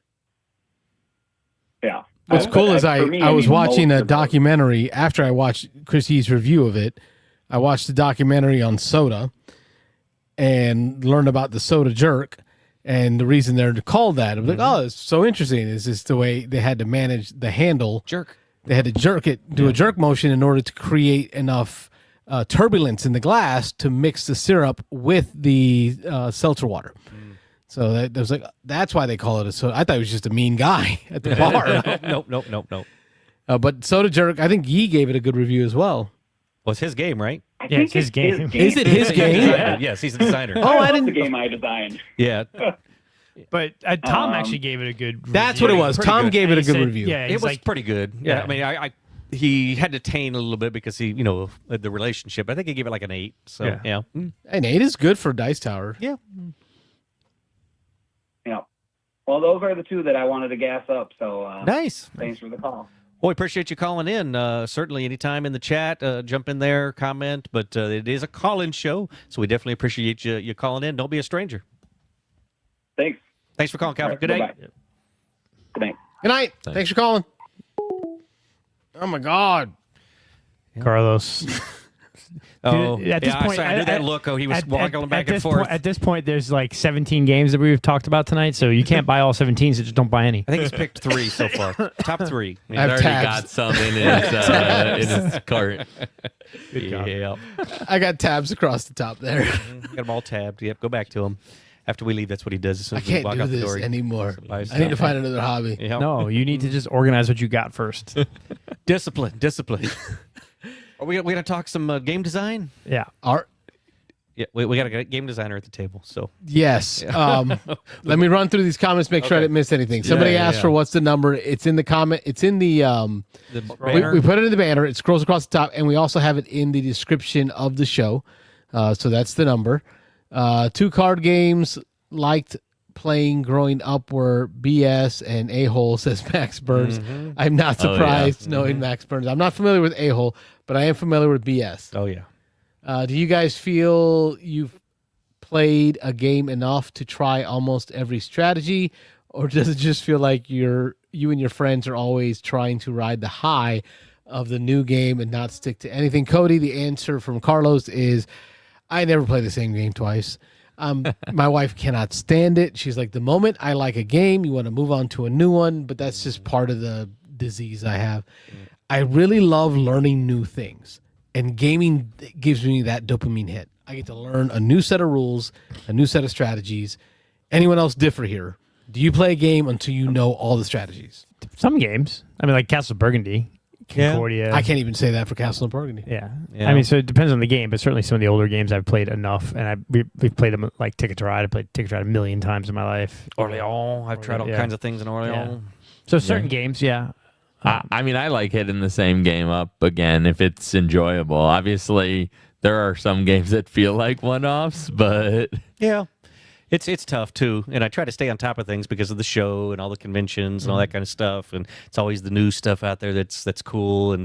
But Wayne's pulled me back several times into the past, and I found some gems that I've never played, some older games, so it's tough. But yeah, I've definitely have played a few games enough that I think I've tried a lot of the strategies. Yeah. I mean, I don't want to stroke Wayne's ego, but there are many games from the past that Wayne has introduced me to that have made it to the top of my board. Yeah. I've never considered myself a Euro gamer, but I'm starting to find that a lot of our lists are starting to meld. Yeah. Because they're just good games. They're just good games, and I don't mind them coming back to the table. But I can't say that I've fleshed out all the strategies. I can't think of a game that I've done that outside of Blood Bowl. Like I played dozens and dozens and dozens and dozens of games of Blood Bowl. It's like 3 hours long per game. So that's probably where most of my time has been spent. I did buy Root after my play with Bill good luck. of Root because that is a game I wanted to flesh out. And this will stay in shrink. Oh yeah. For the rest of Well, existence. the reason we even played Root was because I told Patrick I've had Root on my shelf for like over a year and I never even opened it. I even bought like the Clockwork one, which is like self-playable, and I just never got a chance to play it. Well, my thought was while we were playing, I was like, all right, Bill, if you don't end up liking the game, then I'll just buy your copy. Yeah. Because I'm loving this.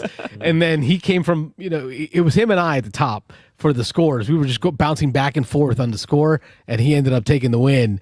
And I'm like, okay, I guess I'm not buying that game. So, and I found my own copy online. There it is. Yep. Used. It's a used copy in shrink, or I don't know what to call it. It's not new from a store. Someone bought it, never played it, sat on their shelf for 10 years, and now they're selling it to you, so it can sit on your shelf for 10 years. Let's see. Kyle Jeeves from Chi-Town. Hey. What are the odds Carlos orders tyrants before the end of the show? That's one of them. Not high considering the cost, says one Tyrants Michael. is pricey now. Yeah, the new The new version is even pricey? I think it's out of print too. Yeah, right? they stopped. I think it was a limited run. Yeah. Oh, come on. I'll just use Rob's copy. You can borrow my copy. Yeah. But Rob's copy has the cut issue. You have the new one or the old one? I have the old one. I've got the old with one. the minis. Yeah, same. So we got the same version of it. Highway. With the expansion. I'm Carlos. Yeah, you want to sell tyrants? Yeah. But what sucks is Rob's copy has the expansions, but it has that card issue where some of the cards are just a little bit long on the expansion. So when you mix in the decks, you get that flop in the shuffle. Do you know what I'm talking about? Like when a card is long, it like chunks. Actually, yeah, like in mine, the expansion cards are like tougher. Yeah, they're different. It's a different card stock. It was a big. It was a different printer. Why is that so hard for companies to they went do to a that? different printer. That's an idea Yeah. to sleeve the card though, because Yeah. if you Yes. sleeve them, then they match. You hear that, Joey? Colorado? Sleeve your cards. Don't sleeve. Save Don't the pizza. sleeve. Last episode, Wayne and Rob also talked to me out of getting Rebirth. I would probably mainly only played it too. It was Wayne and Mike. I was not in. I joined late. They had And already that's what it was discussed for me Rebirth. too, Yeah. Nick. It's the 2-player piece. I love playing games with my wife, and because we'll play after the kids are in bed. Just her and I, quick game. It's got to be a good 2-player game. I just don't see it playing well at two. Best game I ever played. Oh, this was Calvin. He called in. Thank you, Calvin. Bruxelles, Soda Jerk, and Medina, and then Steam Power, which Brussels is good. Brussels good. you're appreciated for bringing that one up. I had no idea it was. I heard Steam Power, and I thought Age of Steam, and just completely ignored it. Yep. Like anything Age of Steam, I'm staying away Yeah, from. the name wasn't good on it. Realm of Reckoning is good looking game on the table, says Mike Lorenzo. I know he loves that style. Radlands, anything from Orange Nebula. Yep. He loves that high neon against the black contrast. I liked Realm of Reckoning, and I have a love-hate with Ivy Studios because I just feel like they're great games, but they're expensive. But in all the rules explanations they have, they're always missing some key part, and you have to go like watch the video to figure it out, which is such a pain in the butt for me. How They're always missing some key aspect that the first playthrough you're like, oh, we should have been doing this the whole time. Hey, look at my boy Nick from the Netherlands keeping us on point. What is Bill's game about? Yeah. Is it primarily for people who enjoy CCGs? I've tried. But just don't want the cost, or also for people who don't dabble in that? Yeah. So Bill. I am working on a couple of games, but I'll specifically talk about like the main game that I've been that's closest to production, I guess you could call it. The name of the game is called Free for Brawl. I unfortunately don't have a lot of marketing out there for it right now, but it is primarily to bridge the gap between like the TCG players and the board game crowd. So I wanted to capture elements of like Magic the Gathering Commander, but also have it so People that aren't familiar with that and the mechanics and all that could pick it up pretty easily. Also, single product, standalone product, so you don't have to go buy hundreds of dollars worth of stuff to get into it. So that really was the key component of what I wanted to do to make the game, and then just sort of went from there. So, you know what I'll do? I'm going to block that phone line for a little while here. Let's talk, because we really wanted to get into some of the design aspect and share that with the folks at home. So thank you, Nick, for keeping us on task. Because I hear Rob, but it goes in one ear and out the other. Yes, I've tried. We've known each other long enough. Trying to rein him in. Yeah. He's like my heterosexual life partner. Yeah, exactly. Like he can talk and I hear nothing. What I wanted to know about, and this is what I was so glad you joined us in on the show, is with designing board games. There's card play, right? There's balancing, but with designing a strictly card game, the whole balancing aspect of cards can get so out of hand so fast. Have you had issues with how to balance the game, and how are you testing for that? Yeah, for sure. So Free for Brawl, which is the card game I've been talking about, is a 200 card deck singleton, which means every card is different. So there was definitely a balance issue over time. Mm-hmm. So early on, I started with stuff that wasn't like super crazy. Just basic stuff that certain cards did without pushing the envelope too much. As I was playtesting, though, I realized I needed to add more things that either did some crazy effect or whatnot. But yeah, it totally broke the game from time to time. There were times where two cards would interact that I didn't maybe notice, and you got infinite turns and you're gonna win no matter what. And it's like stuff like that you have to sort of pull back, because that's not something that I wanted in the game, because it's a little more of an advanced concept that I wanted to be like complicated enough that TCG players are interested in it, but not enough that they're metagaming the whole time. So sure, yeah. Like Radlands. Radlands is one of my favorite. You call it Singleton? Singleton. Yeah, that's a new term. I learned something new tonight. I coached hockey with a family called the Singletons, but I've never knew that as a game term. But that's Radlands. They have cards that are different. Each and every card is different. They interact differently. But man, the idea of having to brain through that to figure out how to get them to balance out so it doesn't feel like I just need to seek out that draw of that one card that's going to win me the game. Mm-hmm. I'm cool with the rock, paper, scissors thing, where like this card will always beat this set of cards, but there's this set of cards that'll always beat that card. I love that rock, paper, scissors idea.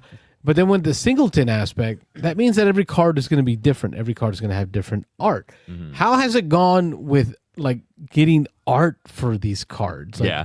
I mean, I was talking to you guys a little bit before we got on, but yeah, the art's sort of been a mess. I can tell a couple stories about that.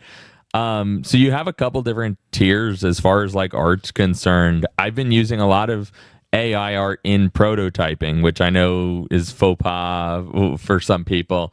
But you got like a licensed professional artist, which has the highest cost and the lowest chance of like having some sort of scam. And then you have sort of a middle tier, which is still artists that are legitimate, but maybe they're not legitimate. Like it's hard to sort of figure that out.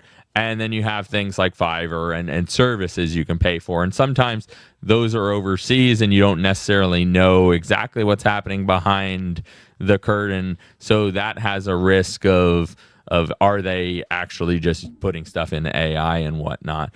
I've been dabbling in the second two categories mostly for finding art. I tried a local artist, and they said they were local, and I talked to him for a while. I sort of got a feel for him. I ended up commissioning art with them. It ended up being like $30 for the commissioned piece, which I was fine. I was like, if they're going to scam me, they're going to scam me. Well, they did. So a month after I did the commission, I'm like, hey, can you send me something if you're not done? And I sort of had to keep asking them for it, and they send me something back that's just like literally a sketched over my piece of art that I sent them as reference. And I'm like, you haven't done any work in a month? They're like, oh, well, sob story this, sob story that. I'm like, okay, well, you can stop, just refund me, I'm done. And just nothing after that. The refund came, right? Everything was good. Yeah. Totally. I mean, I got my money back through PayPal, but that's because I was smart. Oh, wow. You had to fight it through PayPal. Oh, yeah. So, and it was $30. I wasn't like super concerned, but it's like, and there are like artists you can find on Reddit and stuff, but you don't know how legitimate they are. So I did end up going through Fiverr, but like I said, I just don't know where the final product is really coming from. The art looks good, but I'm having to put a lot of like information in and be like, hey, change this, change that. I really don't want to have to do that much because there's 200 arts. Like, it's going to take forever to get all the art. Yeah. So I know Rob and I have played games at the design days at Stonemeyer Games up in St. Louis. And I remember there was one game we played specifically. It had a lot of cards involved, and it was all like Lord of the Rings stuff. Like they just took stuff straight from the films because it was just that, a prototype. It didn't matter. But if you're really looking at turning into a game, converting that into art, it sounds like it's going to be a beast. Like, I mean, if you I just Google reputable, won't rob me board game card artist. I think this might be some threads on BGG, right? For finding like in the I think there might be design forums in BGG. They might be able to find some recommendations. Yeah, there's got to be some kind of a group or organizations or clubs of other designers that you can kind of get recommendations for. And there's definitely legitimate artists out there, but as a like indie game designer, I can't afford that. Like this is a hobby for me. Like we met a guy out at St. Louis, Chris Scafidi. Oh God, what was Nomadic Gardeners? Yes, I'm trying to remember the name of his design company. Fervent Designs or Fervent Games. Yeah. He taught himself how to draw. And then I was thinking began about it drawing all his art. Made Yeah. a card game, drew all his own art, and then actually won one of the BGG contests he did. for art for one of his games. So it got to that point, but he said it was a lot of work. Yeah, he just went online and started watching stuff and learning to draw. And took some classes. Yeah. I mean, if I was smart, I'd probably go to a publisher or whatnot. But like you guys were talking about last week, the publishers can be a little predatory. Yeah, for sure. Yeah, especially first couple of games, right? Yeah. That sounds rough, but listen, we sit here and talk about games. Oh, yeah. I admire people who actually have the courage to go out there and make games. I said that earlier. I have no desire to design a game right now. I like playing the games. I like talking about the games, but man, no, I don't have the brain for all those designs. And I mean, playtesting's got to be big, especially with something like that, with all those different variations. So like you mentioned, there's stuff probably you don't even realize is possible in your game until somebody gets it and tries to break it. So, yeah. Specifically for Free for Brawl, I had to test it with multiple groups of like types of game players. So I was testing it with primarily Magic players. I was testing it with board game players. I was testing it with mixes or whatever. You got totally different feedback depending on who you played with. Oh, yeah. Because the Magic players would go do something that I never expected to, but they want to like break the game and make it super crunchy and do things that you would do in Magic. And the board game players were like, well, can I do this? And like, yeah, you can. Like, that's supposed to be the fun of it. Like, Got a comment in the chat. So Nick, I'm sorry, this is Caleb. Thanks for the artist story, Bill. You're welcome. Mike in the chat says, I've played Free for Brawl. It's a good game. Bill did a good job with the game. Thanks, Mike. Thanks, Mike. Mike's played it a couple of times. Okay. I'll have to try that one if we get a chance some other time. But we did play a game before we started. Do you want to talk about that one at all? Or? Yeah, sure. So Time Paradise is a game I've been working on. I actually collaborated with Patrick from A3S. We're like, let's make a time game together. Well, we ended up throwing a bunch of ideas back and forth, and we said, let's actually make 2 games. And we just kept throwing ideas back and forth. So he's got his own game that he's working on. I've got the game that I came up with, and we've still been throwing ideas back and forth. But it was really nice to have another designer to sort of collaborate, but also still have like a second game. But that's just sort of a maybe push your luck dice rolling puzzle game. That's just sort of a lot lighter than Free for Brawl. Yeah, we have. I enjoyed playing it. Yeah, it was just rolling some dice. There's cards that have you call them puzzles, I guess, on them that you're trying to defeat. Yeah, and so it reminds me a little bit of what is the game where you're putting dice on cards to the time bomb. It's like a countdown. Oh, what's the name of it? Fuse? No, it's a real time game. It was a. What's the game that was before Final Girl? There was not Final Girl. It's that designer. I can't remember what it is, but anyway, it's kind of similar. Hostage Negotiator. That's the one I'm thinking of. Hostage Negotiator, because you're putting stuff on cards to beat different little puzzles on the cards. So it reminds me a little bit of that, but definitely had some differences with the way you win and the way you have to roll dice. I don't think there was any rolling in Hostage Negotiator. Okay. You're trying to roll dice to get certain numbers or to beat certain thresholds or whatever. Essentially, the game is time themed, where you're agents in time and you're trying to sort of stop time paradoxes from happening and whatnot and control the timeline. So that's the over under on that. Yeah, I enjoyed it. It was fun. Yeah, it was good. I was like, definitely like, it's very it was simple, but my brain is already messed up because I've had a long week. But it's a simple game, but there was some meat there because there's some strategies to like, all right, do I go for the cards that match my my faction where I score more, or do I go to score the 3 things to push the end game, right? So it's like, it was cool. I like when to switch to pushing the end game, but there's that push your luck piece with the game can end without you asking it to end, depending on what the flop is. Yeah. Cool. Yeah, I liked it. And you said you've got at least one more that you're working on? Is it pretty early in the cycle so there? I've been trying to push this other one. I have Free for Brawl, which is a more complex game. Probably takes an hour and a half to play through, depending on how familiar the players are and what type of players you have.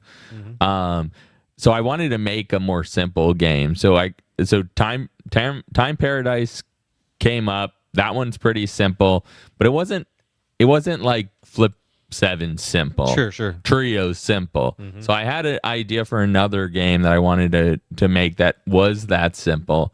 I think the first couple of iterations I made it too simple.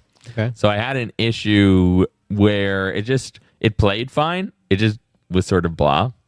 So I had an idea for a theme. It's Viking themed, but it doesn't mean anything. Sure. So Okay. I've been so that one I took a different sort of path of design, where I had an idea. I wanted it to be Viking themed, and I wanted it to be simple, but I didn't have any idea of how like the gameplay worked. Okay. So there were a couple games that I took ideas from, but the first couple of versions didn't work out. So I've been slowly making it more complex, a little more strategy, but I still want it to be like a quick play game you can play with your family, something real light.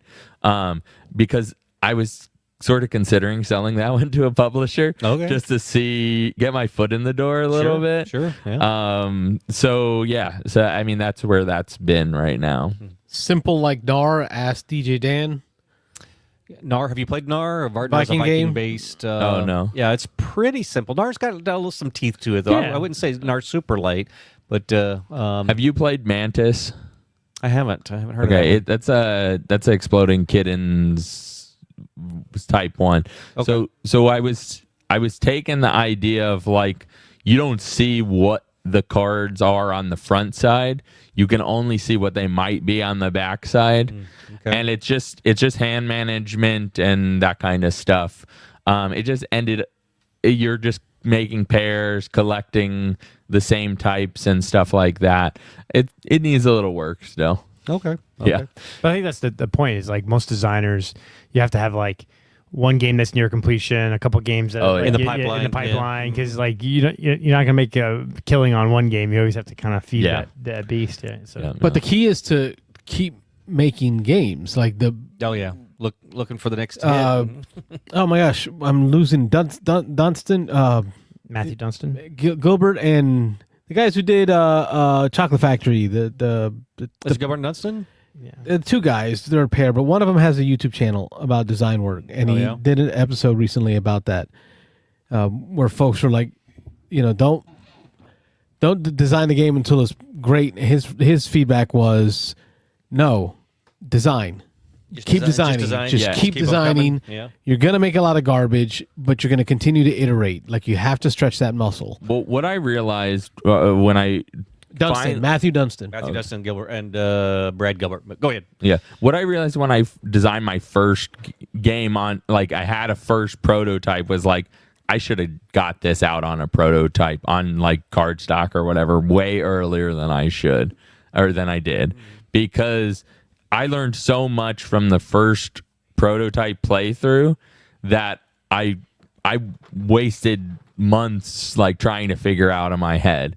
So the next two games, I came up with an idea, got them physical, and then just started playing through them. And then you learn, oh, well, I need to change this immediately. Like a 5-minute playthrough, and you already find things that you need to change. There was a guy that at the design day in St. Louis who had his cards sleeved, and as Rob and I were giving as we're playing and giving feedback, he pulled a paper out, changed things, Notes on the cards, put it back in the card, and go play it that way. He was We're gonna iterating. play this card different now because of what y'all found. Or Well, whatever. I have a story about like changing mid playthrough. So I was playing at one of the A3S events, and I was just had a couple of players. I think we did like a 4-player game, and we're playing, and the guy next to me, Josh, is sitting there, and he's like, it's 2 turns. He's not playing anything. I'm like, as the game designer, I'm like, why are you not playing any cards? Like, what's going on?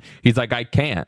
I'm like, because there's like a really low possibility of getting stuck with cards that you couldn't play unless you had things on the board already. Okay. So I had to make a game change to eliminate that situation. Yeah, it's no fun. So now in free for all, there's a mechanic where you can dump cards 2 for 1. So if you do get stuck like that, you're not like out of the game. Yeah. Now, what about like using AI to help with that play testing? Have you heard of that? Have I you haven't seen that messed done? with that at all. To be fair, I don't find AI very helpful in like advanced scenarios like that. Some people can make it work. I know when I use AI for stuff, it's usually for busy work, because when I put stuff in there, it tosses garbage back to me. Okay. Because I want to see when we get to that place where we can give AI a set of rules and then a database of cards and be like, simulate a game. Oh, I'm sure it's already there. Like, each player draws this number of cards. This player's first player. They play a card, and then the other player reacts. I know Patrick was using it in charcuterie to test like probabilities on different ingredients for his game. So some people are doing it. It's not my favorite thing to do. Yeah, I've heard of people putting their game in it, and then just running thousands of play tests in a matter of minutes and seeing what the results come out as far as top scores, low scores.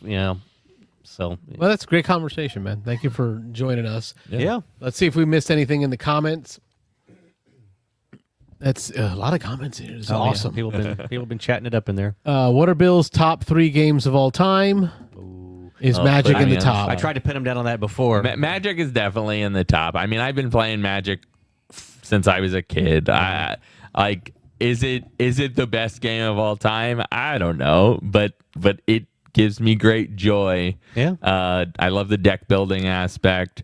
When I started playing Magic, I was mostly doing like standard play, tournament play early on, but recently it's pretty much only been Commander, which is the most popular. I want to format. try that format. Yeah. It's supposed to be more I'll friendly. Bring decks next time. It's supposed to be more friendly. Depends on the person. It's still Because Magic. I thought I saw some Marvel Commander decks, Oh yeah, for sure. and that because it's like 3 times the size of a regular deck or something. It's a 100-card singleton. That's where that sort of term comes from. Yeah, So- you can't have duplicates. It's all Okay. one of. But then you play up to 4 players. You can play 2 to however many you want. It's typically 4. Yep, typically 4 players, and you just kind of cash play. Casual. Yeah. It's not like, I mean, there are versions of it that are high power, like trying to win stuff. They call it competitive EDH. But a lot of times it's just like sort of tabletop, just sort of play and have a good time, do some fun stuff. Every time I walk into Rada Games, there's always a 4-player game of Commander going on. Oh yeah. Okay. It's got me interested. Max Burns, I was talking about Scythe. We're talking about the damaging of the games. Did he spill a Oh. beer on my Scythe? He did something with Scythe. I think he was it spilled a beer on my Yeah. side. He Yeah. ratted himself out. Calvin says, had family swing by. Oh, no, he did end up calling in. Doomsday trailer doesn't spoil anything for the new Spider-Man movie, which, man, we got to start a separate podcast so we can get through our OGG yeah. and stuff. Jump on We are. Friday or something. Love to, have to record something separate with no phones and whatnot. But I enjoy the Grinch version of Flip 7. I also enjoy my music video of Flip 7. Message. Yeah. This, board Check 'em games in out. the background. Check him out on YouTube. He YouTube. does. He creates songs and then uses AI to make them happen. So he like writes the lyrics and stuff. board games. Each board game there's different board games that have their own songs. Speaking about AI, do you know that the YouTube review channel where it's like a man and a woman and they write the script and have it? Did you see the update on that channel? No. So apparently, I guess they broke up, Oh no. and so she's taking over the channel and she's like doing away with the AI piece or something because Really? of all the backlash over it or something. Because I We'll didn't. see. I didn't believe they were real. It said we are real people. Yeah. We write the script. Yeah. AI just reads it for us. Yeah. I don't believe you. Like in my best Ron Burgundy. Yeah. I don't believe you. And then like the thumbnail is all. It's like it looked like clickbait. Like the Yeah. thumbnail was very clickbaity. So I immediately got off that. But now I'm hearing that I might have to find it again. So yeah, but the thing is, like, I still don't even know because she was saying this is my real voice, and it was like, is it? Now you doubt everything. I don't think so. Ron Burgundy. I don't believe you. Exactly. Give me Flip 7 expansion, CCG card pack style. Oh, that would be interesting. I don't know. You open a card pack, mix them in, and do new. My biggest problem is I got damn Flip 7 Vengeance, and like they're not like I thought they were going to be No. compatible. They're not. They're That not. They're bothers different me. sizes, and the backs are different. Yeah. Really? I thought because I can maybe mix in their 13s, which have a negative Yeah, connotation, something. but don't like have to deal with everything negative in Right, the game. yeah. Just kind of anyway. Yeah, I'm not a fan of that. Wallace has this is Max Burns. Wallace has always done limited runs of his games. When doing games with Mayfair, he would write into the contract that there would be exclusive versions sold through his company Tree Frog. This is Max Burns. He works for Mayfair for a Mayfair. long time. Yeah, for a little Go while. into his house and you see his library of games, and it's like just Mayfair top to bottom is beautiful. Steam Power sounds great. Yes, Michael. I don't know who you are, Dougherty. I don't think I've ever seen you in the chat. Thank you for joining us. Yes, it does. I haven't closed that tab yet. The night is still young. I'm gonna have to watch some reviews on it. Nick says, "What is the name of the game that a caller was talking about? Was simpler Power. than Vast? That was Steam Power. Steam Power, Yeah. which is still in an open tab. I'm looking for a game that can be played with a blind player. Anyone have any ideas? Nyctophobia. Yeah, Nyctophobia. Nyctophobia. It was literally made for somebody that was blind. Yep. Really? Yeah, I think either a daughter or like niece. She has a father or uncle, I can't remember which one, who was blind or very, very vision impaired. So she created a game, and the game comes with blindfolds. So if you're not blind, you gotta put them on, and it's like a dungeon master and players, and you have to use your hands to feel through the dungeon and stuff like that. Yeah, I've never played it, but I've seen it played. It's kind of cool. It won a bunch of awards because it was like literally the first board game designed Yeah. for people with vision impairment. Interesting. Time for ADD Mads, Carlos. He meant meds. Meds. Yeah. Meds, yes. I can listen, y'all. I jump around a lot. We've been doing this a long time. If you're still here, you know it. Created a Frankenstein edition of a couple. He took half of the first edition, half of the second edition, and of Tyrants. and smashed it together. Yeah, Tyrants. It's like Too Many Bones. They've done so many revisions that they still get things wrong. Too Many Bones has issues with their expansions. Yeah, I think so. Really, as expensive as it is. I think so. I feel like I've heard that. That bites. You'd expect better than that.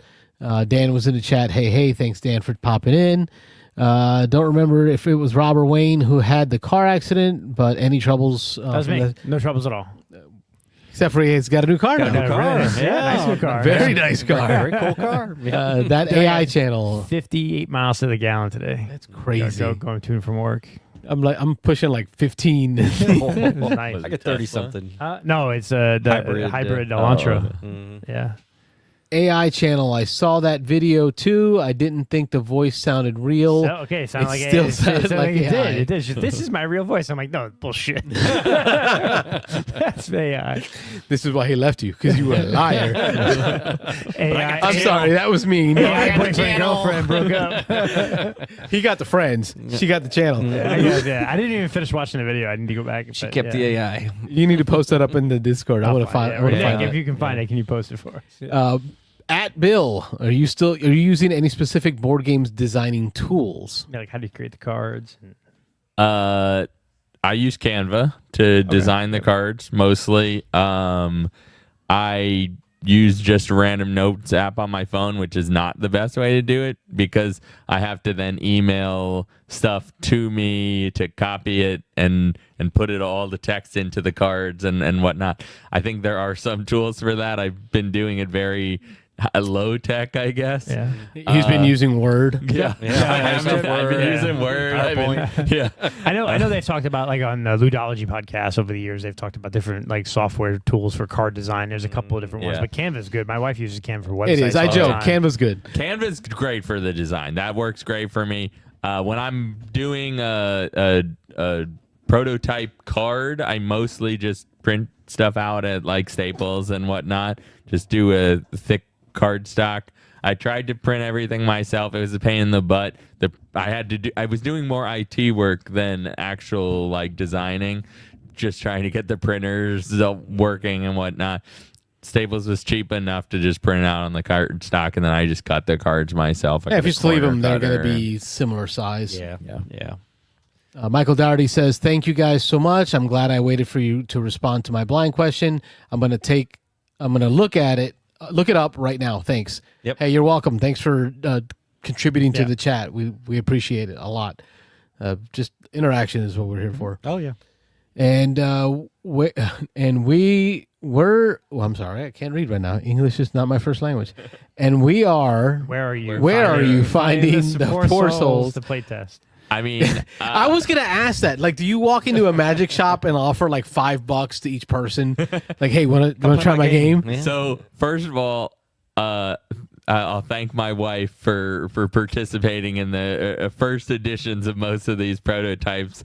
I know she doesn't enjoy it sometimes, but then after that, I'm using board game meetup groups. Usually I'll play a couple of regular, like, production level games. Like, hey, would you like to try? Hey, I have a prototype. Anyone wants to play? But I don't know. I guess it is difficult to get out there and try to push that because people are skeptical. Yeah. I mean, when someone asks me to play a prototype game, I always try it. Sometimes they're brutal. Oh yeah. Oh man. And something about the name Bill, because my buddy Bill is also a game designer, and we at a game day, at the recent Beansanddice game day, at the end of the day we tried, helped him out because he's like, he was showing his game off to a couple game companies at Gen Con. And he was like, I need to get a couple play tests in because I made some changes, and we tried. It was like a fruit slushy, cards, and you're making fruit slushies and stuff. I also went to Proto Orlando. Oh, okay. It was a prototype. Yeah, Proto Spiels. Yeah. So that was pretty good. I did not know they had one in Orlando. That's pretty cool. That is pretty cool. It was they do. card I've heard of it. the gaming caravan guy. Oh, Dan. Okay, Dan. Yeah, they put it on. Okay, Yeah, we got to meet Dan at Dice Tower. Yeah. We did Mafia Blitz together. Yes. So that was pretty cool. I guess both knew, had met the designer. Yeah. Like, as a designer, does the game ever wake you up in the middle of the night with ideas? Oh yeah. I'll wake up or I'll be like falling asleep and be like, oh my God, that idea is great. I'll write it down in my notes app. In the morning, I have to try to decipher it. I forgot what it was. What the hell did I write here? What was that idea? Golden idea I just had. Dice plus whatever equals. It's like, what was I thinking? What the hell was I talking about? It's like the Glass Onion when he sends faxes to himself. Yes. Like past Bill did not write well enough Yeah. for future Bill to understand it. Present Bill's upset. Exactly. Funny. Well, folks, that gets us to the 11 o'clock hour. Bill, thank you for joining us. Yeah, thanks for sticking around for the 2 hours. Yeah. Yeah. We had a good time, man. It was as you can see, the call-in show is getting so call-y-inny, Yeah. and I'm loving it because that's the whole intent of it. Yeah, it's nice talking to people. It has us having sidebar conversations on, like, we might have to do a separate thing I think we're going to have just to do our twigs we've and been our saying it OGGs for a so little that while now. But, we can share with y'all some of the stuff we have going on. Yeah. Because we're getting everything from y'all, and I love it. Yeah, we didn't even get to talk about. We Oh, played Santa's Santa's Workshop tonight. For the show. Wayne brought a copy of that, and Yep. we haven't reviewed a game in a long time. Like, Yeah. we Maybe just- Friday we jump. I got to send Wayne home with a GoPro or something and let him record his own reviews. I got my own stuff, man. Play again. I got the GoPro. Rob's working on a video right now. Yeah, Viscounts of the West Kingdom. Me and the two older kids got our playthrough done. We've got it all recorded, so we're doing some minor editing. As you know, this channel doesn't. By minor, he means his children. Yeah, it doesn't. Oh yeah, minors are editing. No, he's an adult now. He's 22. So anyway, but no, they're doing a little bit of editing. We don't do a whole lot of editing on this channel, but we just play. We just hit play. We've done the two West Kingdom ones before for Architects and the other one, whichever the other one is. But so we just hit play. We kind of explain the game as we play it. So it's a play and teach. And we're going to get it under 2 hours, maybe an hour and a half once it's all edited down. But we'll have that up on the channel here hopefully the next week or so. So look out for that. Yep. I know I'm probably going to figure out how to start filming some gameplays and stuff. My wife, Or even just quick beans. Quick beans, yeah. My wife got to cast in a play, or else I'd be playing. I got the horror on the Orient Express. Oh yes, I want to get in on that. If you're making that a public opening, I want to play that. And if you guys are interested and you want to play a prototype, once I get some art, I'll come back and we can do a playthrough online or a game day somewhere. But don't forget to check them out on Advanced 3 Spaces. I think they're on Facebook. I know they're on Facebook, and I believe Patrick is on the Discord. So I have a. Let me. I need to get people following it. I should know what the website is off the top of my head. Website for the game. Yeah. So Advanced 3 Spaces is a great place to get games played, and I know that Patrick has used it for getting his stuff play tested, and I think Bill's been in there with him. Yeah. Dan says, I just started playing Forest Shuffle, Smoky Mountains on BGA. I love that game. BGA? The Smoky Mountain one? I didn't know the Smoky Mountain one's on there yet. I got to try that then. It must be maybe when you set it up, maybe it's an option. Yeah, now. maybe. And Nick says, I don't see it. It's not in beta yet. Okay. I like the conversation. If it's an alpha, I can pull an it alpha, up. maybe. If it's an alpha, I'll pull it for you, Nick. The Smoky Mountain ones look nice. I saw the review. Yeah. And Bill's got a site. Just freeforbrawl.com. Just has socials and email on there right now. I'll get some actual information up there. Can I see that box? This. It looks like a real box. Yeah, it does. Free for Where'd you Brawl. print that? That is a Chinese manufacturer that I use for cards and stuff once they get far enough in the process. Nice. Yeah. Check it out. Free for Brawl. Starting to look like a thing. Yeah, and I designed that box in Canva and stuff, so. Cool. Very nice. Your name's not on it, though. It's somewhere. There it is. Design. Bill Krupe. Nice. Rabid Whale Games. That's your handle on the Discord. Rabid Whale. If you're in our Discord, you can reach out to There we go. Bill if you're curious. Rabid Whale. That's a nice looking box. Thanks. Carlos likes boxes. I He likes destroying some boxes. Bunch of junk in there. Yeah. All Okay. right. Rabid Whale Games, free for brawl. Free for brawl is the website. .com. Bill, thank you for joining us. To all of those, Dan says nice artwork on the box. Yeah, Thanks. I like it. it's good. It's like a giant, Gladiatorial. almost like a kobold-looking giant versus the dragon. You were thanking all our commenters and all our participants. Yes, thank you. ADD skittish. Thank you guys. No, it's not on BGG yet. Just free for brawl. You're right, Nick. Smoky Mountains is an alpha right now. Nick, Okay, I'll create a awesome. game later and send you an invite. Yeah, I'd like to jump in on I'll it. get Robin now. Yeah, cool. All right. Thank you guys for all of y'all for joining in the chat, joining in the calls. You make it fun. You make it fun to do this each week. Next week I'm out of town for work, but my plan is to take the mixer board with me and try to come in from the hotel. On the road Giant thing. mixer board. maybe Puerto Rican man arrested at Tampa Airport. Yeah, walking through the turnstile. I'm going to strap it to my chest with duct tape. That's a good idea. Yeah. Put a bunch of batteries underneath. Yeah. A bunch of, flares, all lined up in a row. No, I just do a board game podcast. You know how many times I get pulled by the TSA because of my board games? It's always the baggies of pieces that get him. Like I guess they see the baggies Funny, of I've pieces. never been pulled out. I wonder what the difference between you and me are. Is it because I'm brown? Brown versus white, maybe? Yeah. I was going to do a tournament for Warhammer that was out of state, and the thought of it, like bringing all the models, was like, I was like, no, I'm good. No. This is why you do what I did. You get a scooter and you put all your models in your backpack, and then you scooter your way up. It was an X-Wing regional championships tournament Up in Georgia. that I was heading to with my X-Wings models. Up to like Atlanta, right? So you only made It was like in Atlanta. halfway, not even halfway, probably. Yeah. I didn't realize how slow the scooter would go. And you know what it really was? It was when I hit the hills. Once I got to like North Florida and started hitting hills, that uphill was terrible. And then the downhill was terrifying. Oh, no, the downhill was awesome. Wind through your hair. I hit 50. That's why he was Superman. We'll catch you all next week. I've been Carlos. I'm Rob. And I'm Wayne. Thanks for having me, guys. Bill. Thanks for watching, everybody. the Beans and Dice podcast. Don't forget to like and subscribe. It was a blue scooter, and it had like R2-D2 like decals on it. It was so Star Wars.